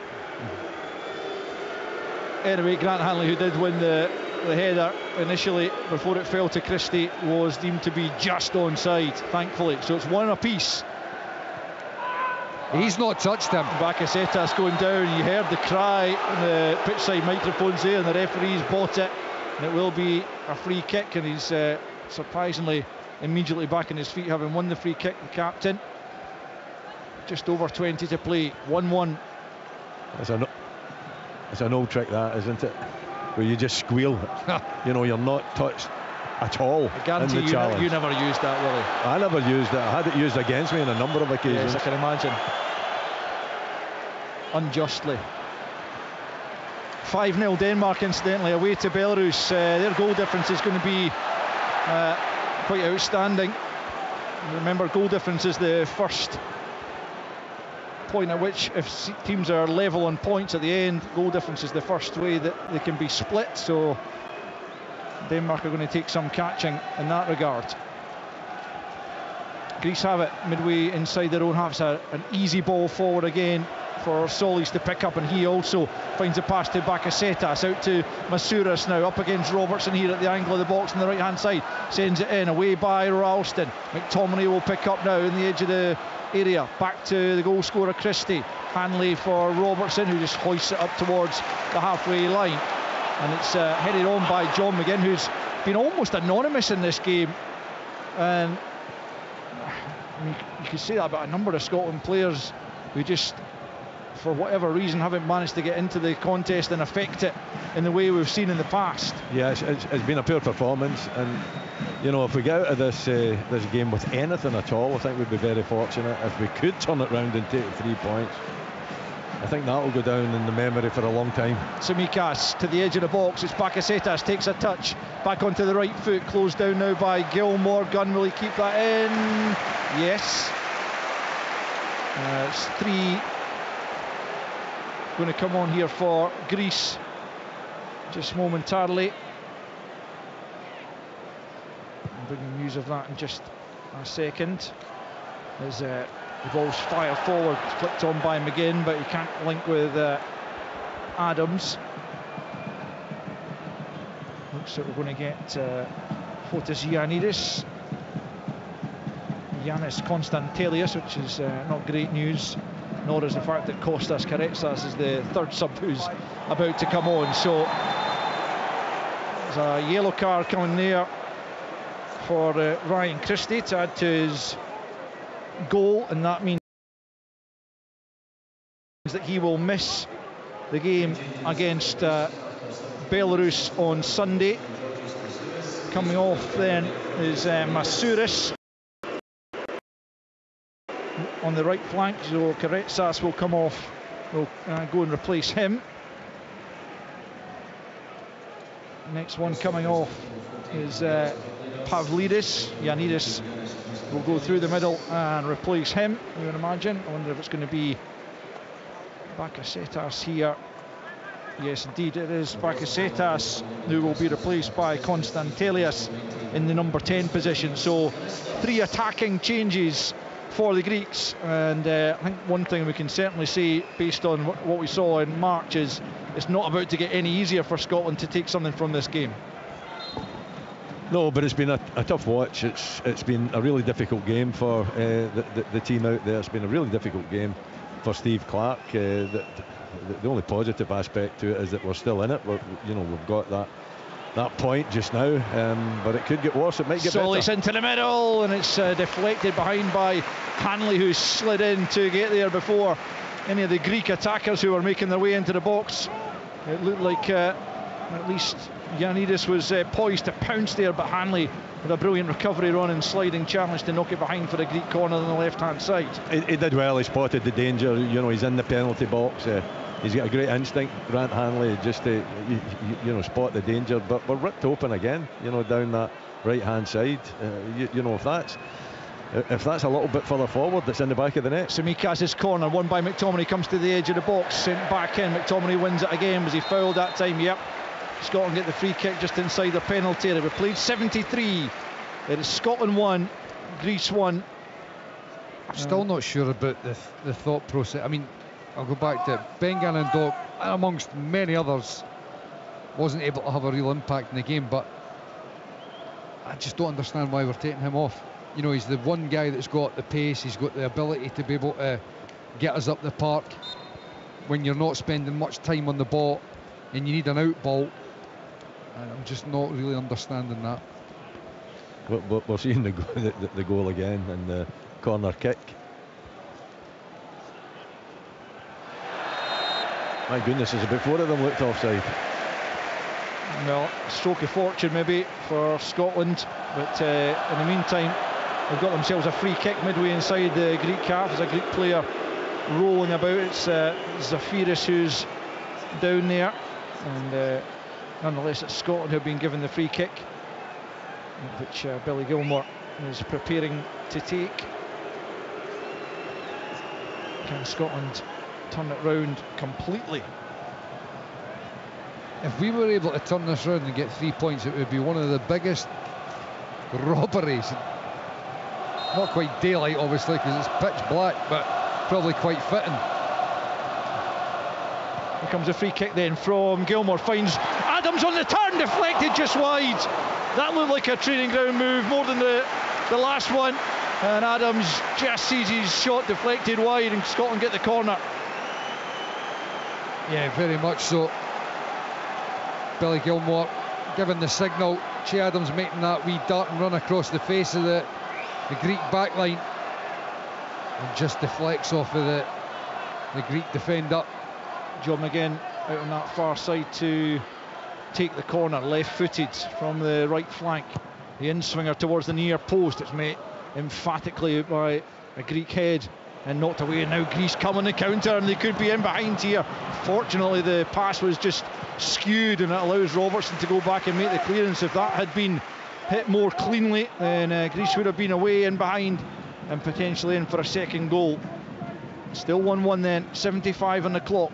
It's poor organisation actually. You really need someone to be sitting back maybe in the halfway line with a good view of anything that's going to break down, and Scotland weren't organised particularly well. And you're right, if the pass was more accurate, it's a big chance, but fortunately it wasn't.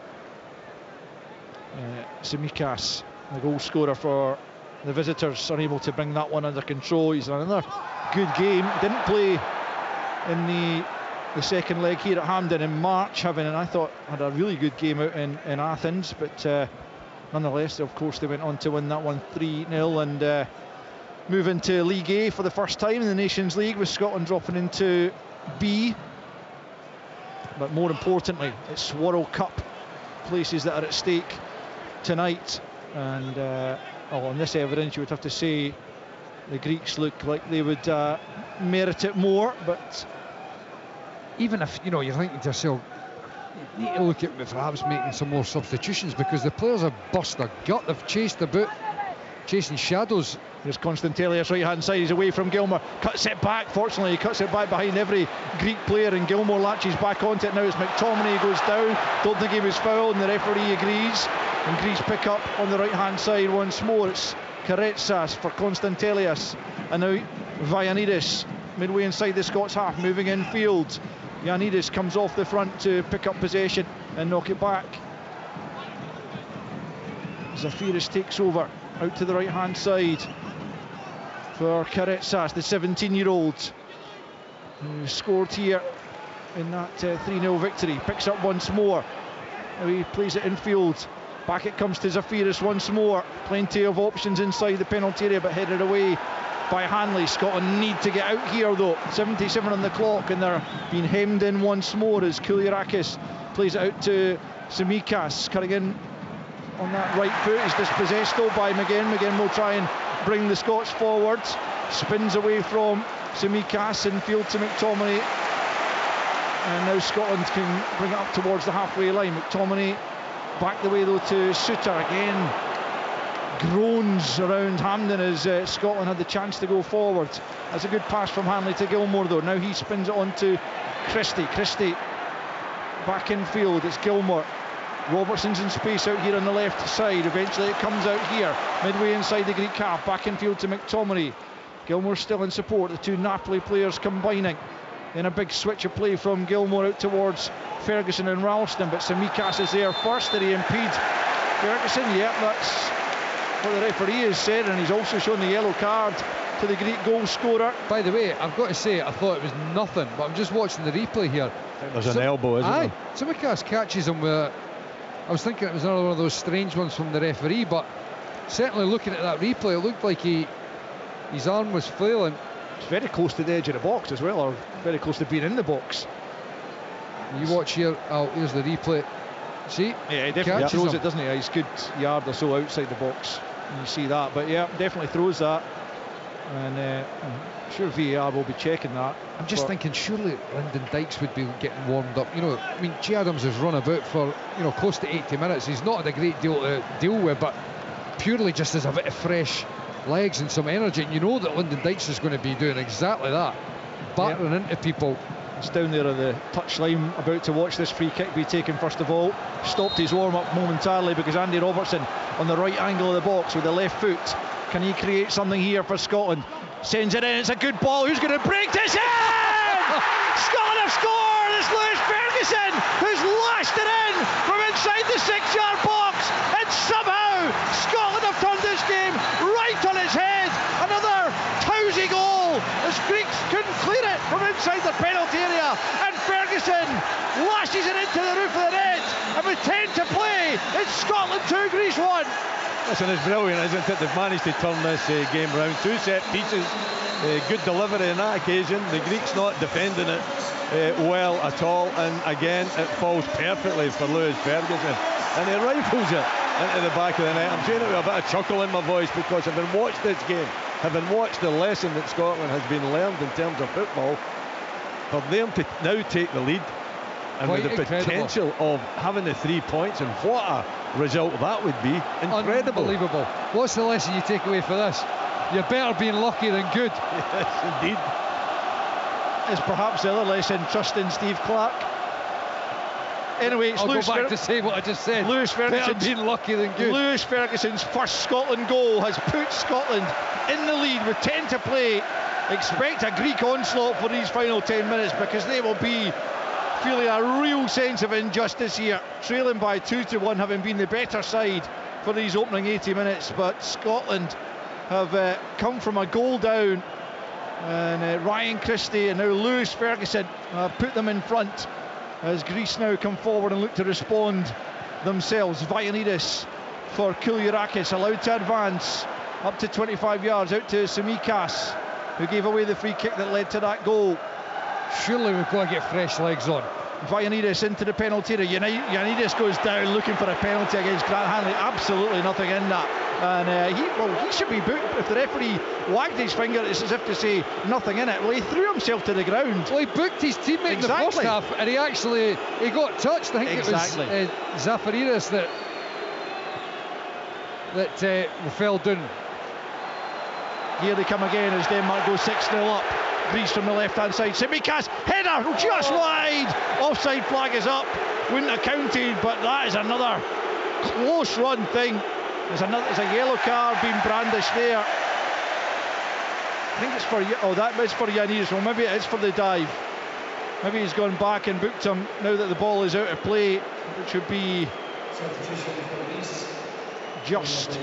A double change coming for both sides, as Zafiris is going to be replaced by Mouzakitis, another really impressive young player who started the game at Hampden and in March, and Petros Mantalos will come on for Dimitris Kourbelis in the middle of the park. So 2 changes in the centre of midfield as Dykes and Kieran Tierney prepares to come on. I wonder, is he going to just try and shore things up at the back here by going to a 5?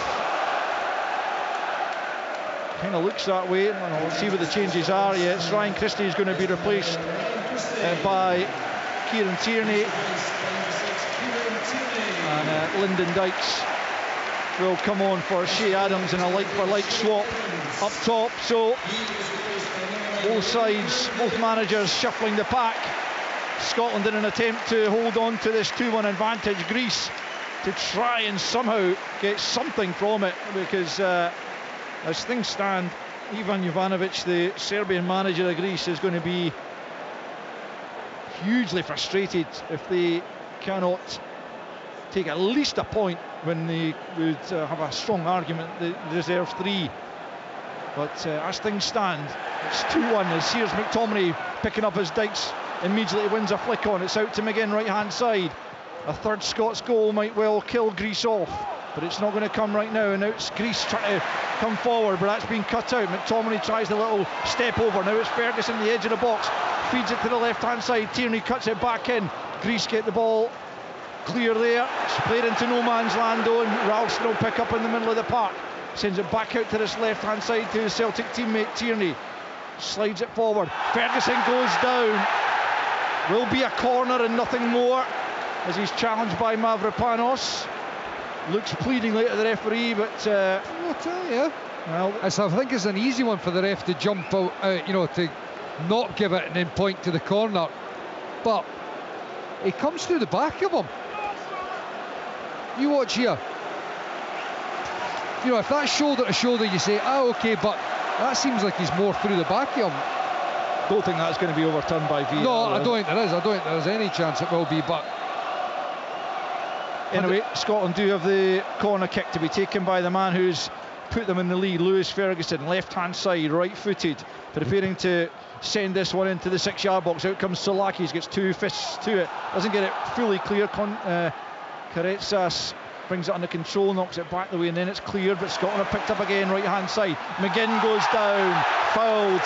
Tsimikas has been booked. He's got to go, surely. He is going to go. He put his hand in his pocket there, the ref. Well, he's not shown a second yellow.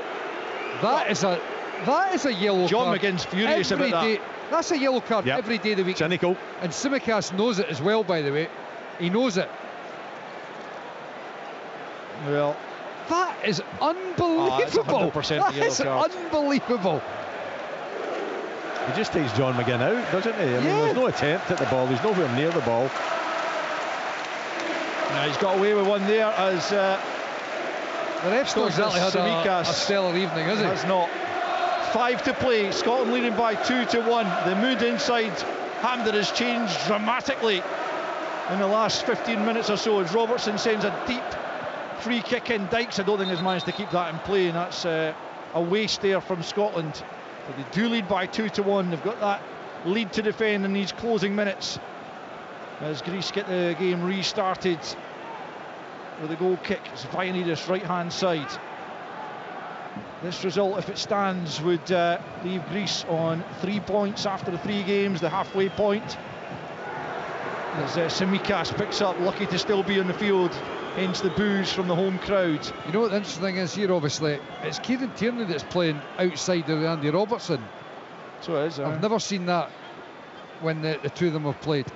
Here's Karetsas teasing it into the penalty area. Good There's a header foul away there by Suter. Nothing given, no. And Greece pick up on the edge of the box. Shot is blocked. Gilmore picks up and he'll just content himself with knocking that out of play here on the left-hand side. Scotland with 3.5 minutes plus added on time to get through with this lead intact as Greece go back the way and played square by Mavropanos to Koulirakis.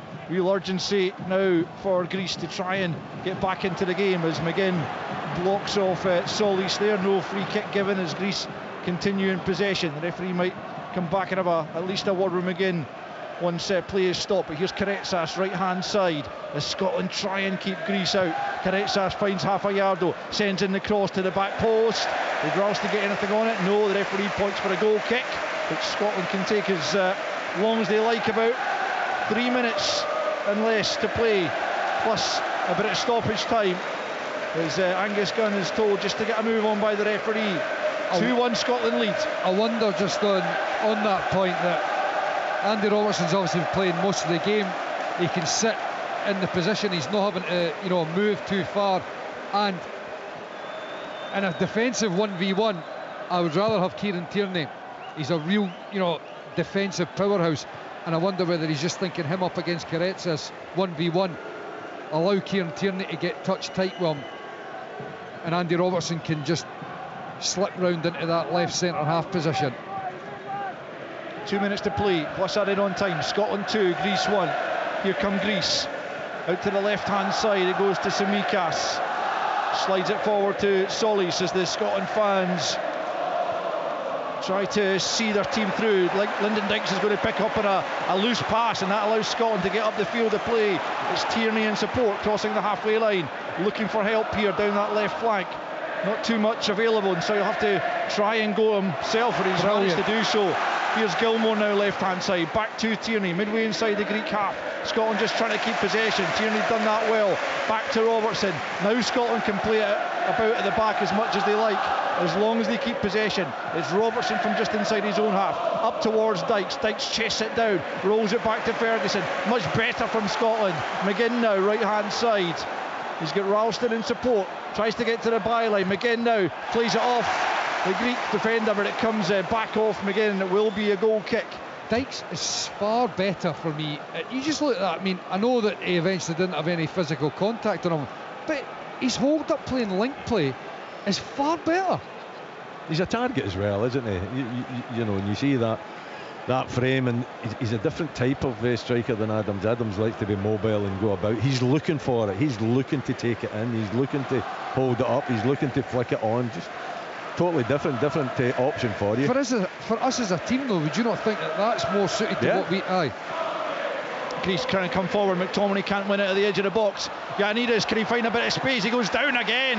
He's already been booked for looking for a penalty, and he goes down once more, and the referee's not interested in that one as Gilmore emerges with possession, knocks it out of play. It will be a Greece throw-in, and Giannidis is, if there's no contact there inside the penalty, he's a lucky man that the referee's not having another word with him and another yellow card, as Scotland were trying to bring on Scott McKenna there, I think, and not allowed to in that break in play. 6 minutes added on. That will be music to the ears of the Greeks, who are desperately looking for an equaliser, trailing 2-1 as Karetsas picks up right hand side, looking to inflict the similar type of damage as he did in March on the Scots, who are desperately trying to hold on to this 2-1 advantage they hold. Giannidis right hand side on the angle of the box, rolls it back here into the midfield, and now it's Karetsas with a bit of space right hand side. Tierney gets back to him. Karetsas goes for goal. Brilliant save from Angus Gunn. Sticks out the right arm and tips it away, because that was top corner bound from Karetsas.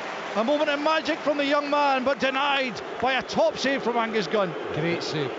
It's brilliant. It's brilliant play though, Karetsas, isn't it? You know exactly what he's trying to do, but top draw save.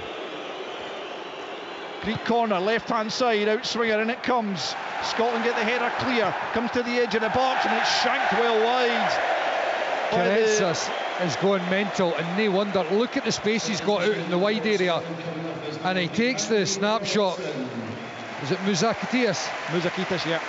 And he's got all the space out on the right hand side. If he just slips it out to Karetsas, he's got as much space as he could dream of to go and drive into the box, and he snatches the shot. And it's not something they've done in the game at all. Whenever it's came out, they've taken it down, they've recycled it, they've played it wide. Desperation. Yeah, snatching at it in injury time as Andy Robertson's replaced by Scott McKenna. Bit more height in there with the box to be defended for the closing stages here. Scotland have the goal kick though. Marvellous save just a moment ago to preserve the advantage, and that's an obvious shove there on the back of Ferguson, I think it is, on that far side. It is, Scotland free kick. And it's just exactly what you want. Kills a bit of time, goes into the back of Lewis Ferguson. There's no question that he's filled him there. So Scotland have the free kick. We've played a couple of minutes of the 6 to be added on. Lyndon Dykes trying to bring that under control, and the goalkeeper, he's giving it straight to Dykes. It must be. Yes! It's a goal! Lyndon Dykes seals the victory for Scotland. An absolute horror show from the goalkeeper Solakis, who spilled it at Dykes' foot, and he just swept it into the top corner. And Lyndon Dykes makes it Scotland 3, Greece 1. I honestly cannot believe what I'm seeing. How we are going to win this game 3-1 is quite incredible. It's quite incredible. And that one-handed in the play. I mean, the goalkeeper, the leaders, when he goes down there, he's got to, make an attempt but if you're going to make an attempt, really, he doesn't just keep it in, he actually puts it in the path.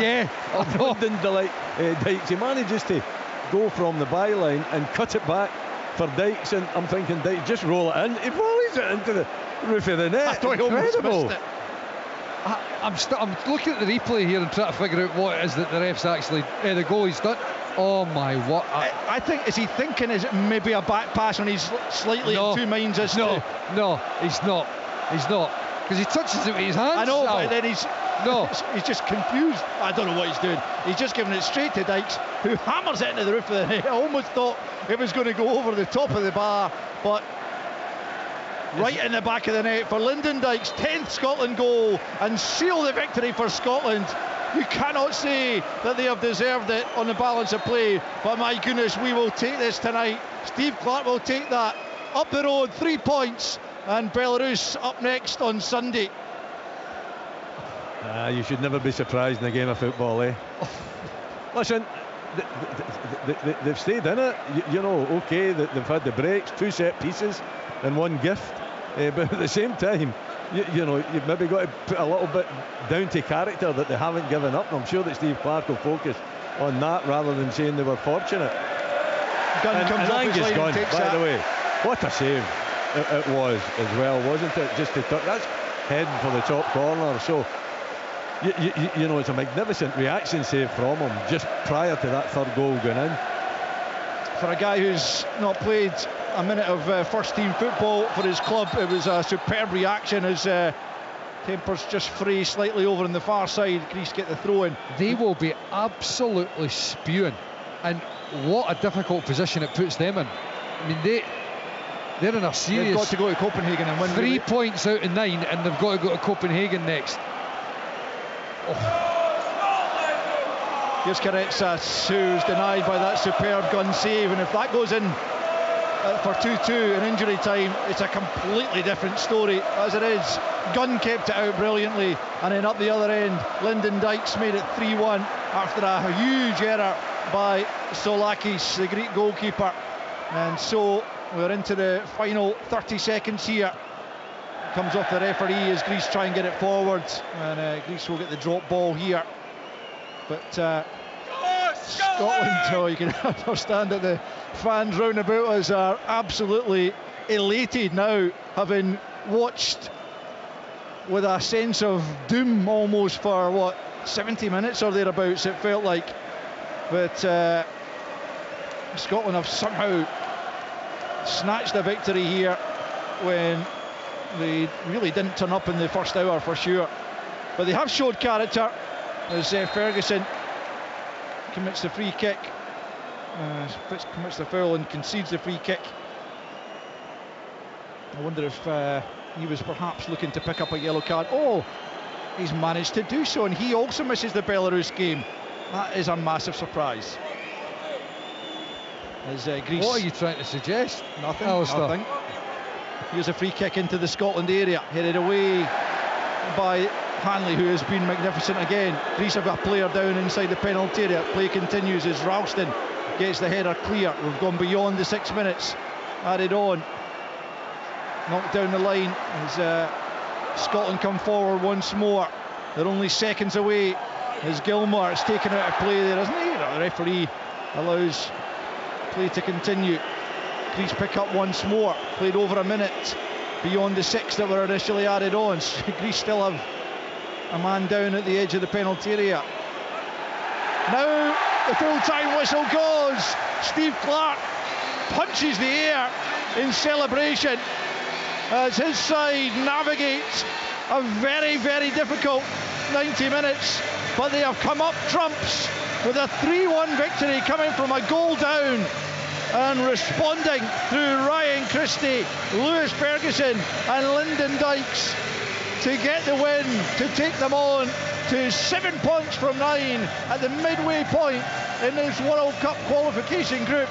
They have bottom side Belarus to come here on Sunday, and they've got to make that another 3 points to put World Cup qualification within our grasp. Win that one. If Greece lose in Copenhagen, we are guaranteed a playoff at least, but all that is yet to come, because tonight it is to savour this victory. So often Scotland have been on the end of disappointment, but tonight they played below par, particularly for the opening hour. Found themselves a goal down after 62 when Tsimikas fired in at the end of a very good move, but Christie within a couple of minutes smashed in the equaliser to draw Scotland level, and then with 10 minutes to play, a Robertson free kick wasn't dealt with. Greece couldn't clear it, and Ferguson lashed it into the net to make it 2-1.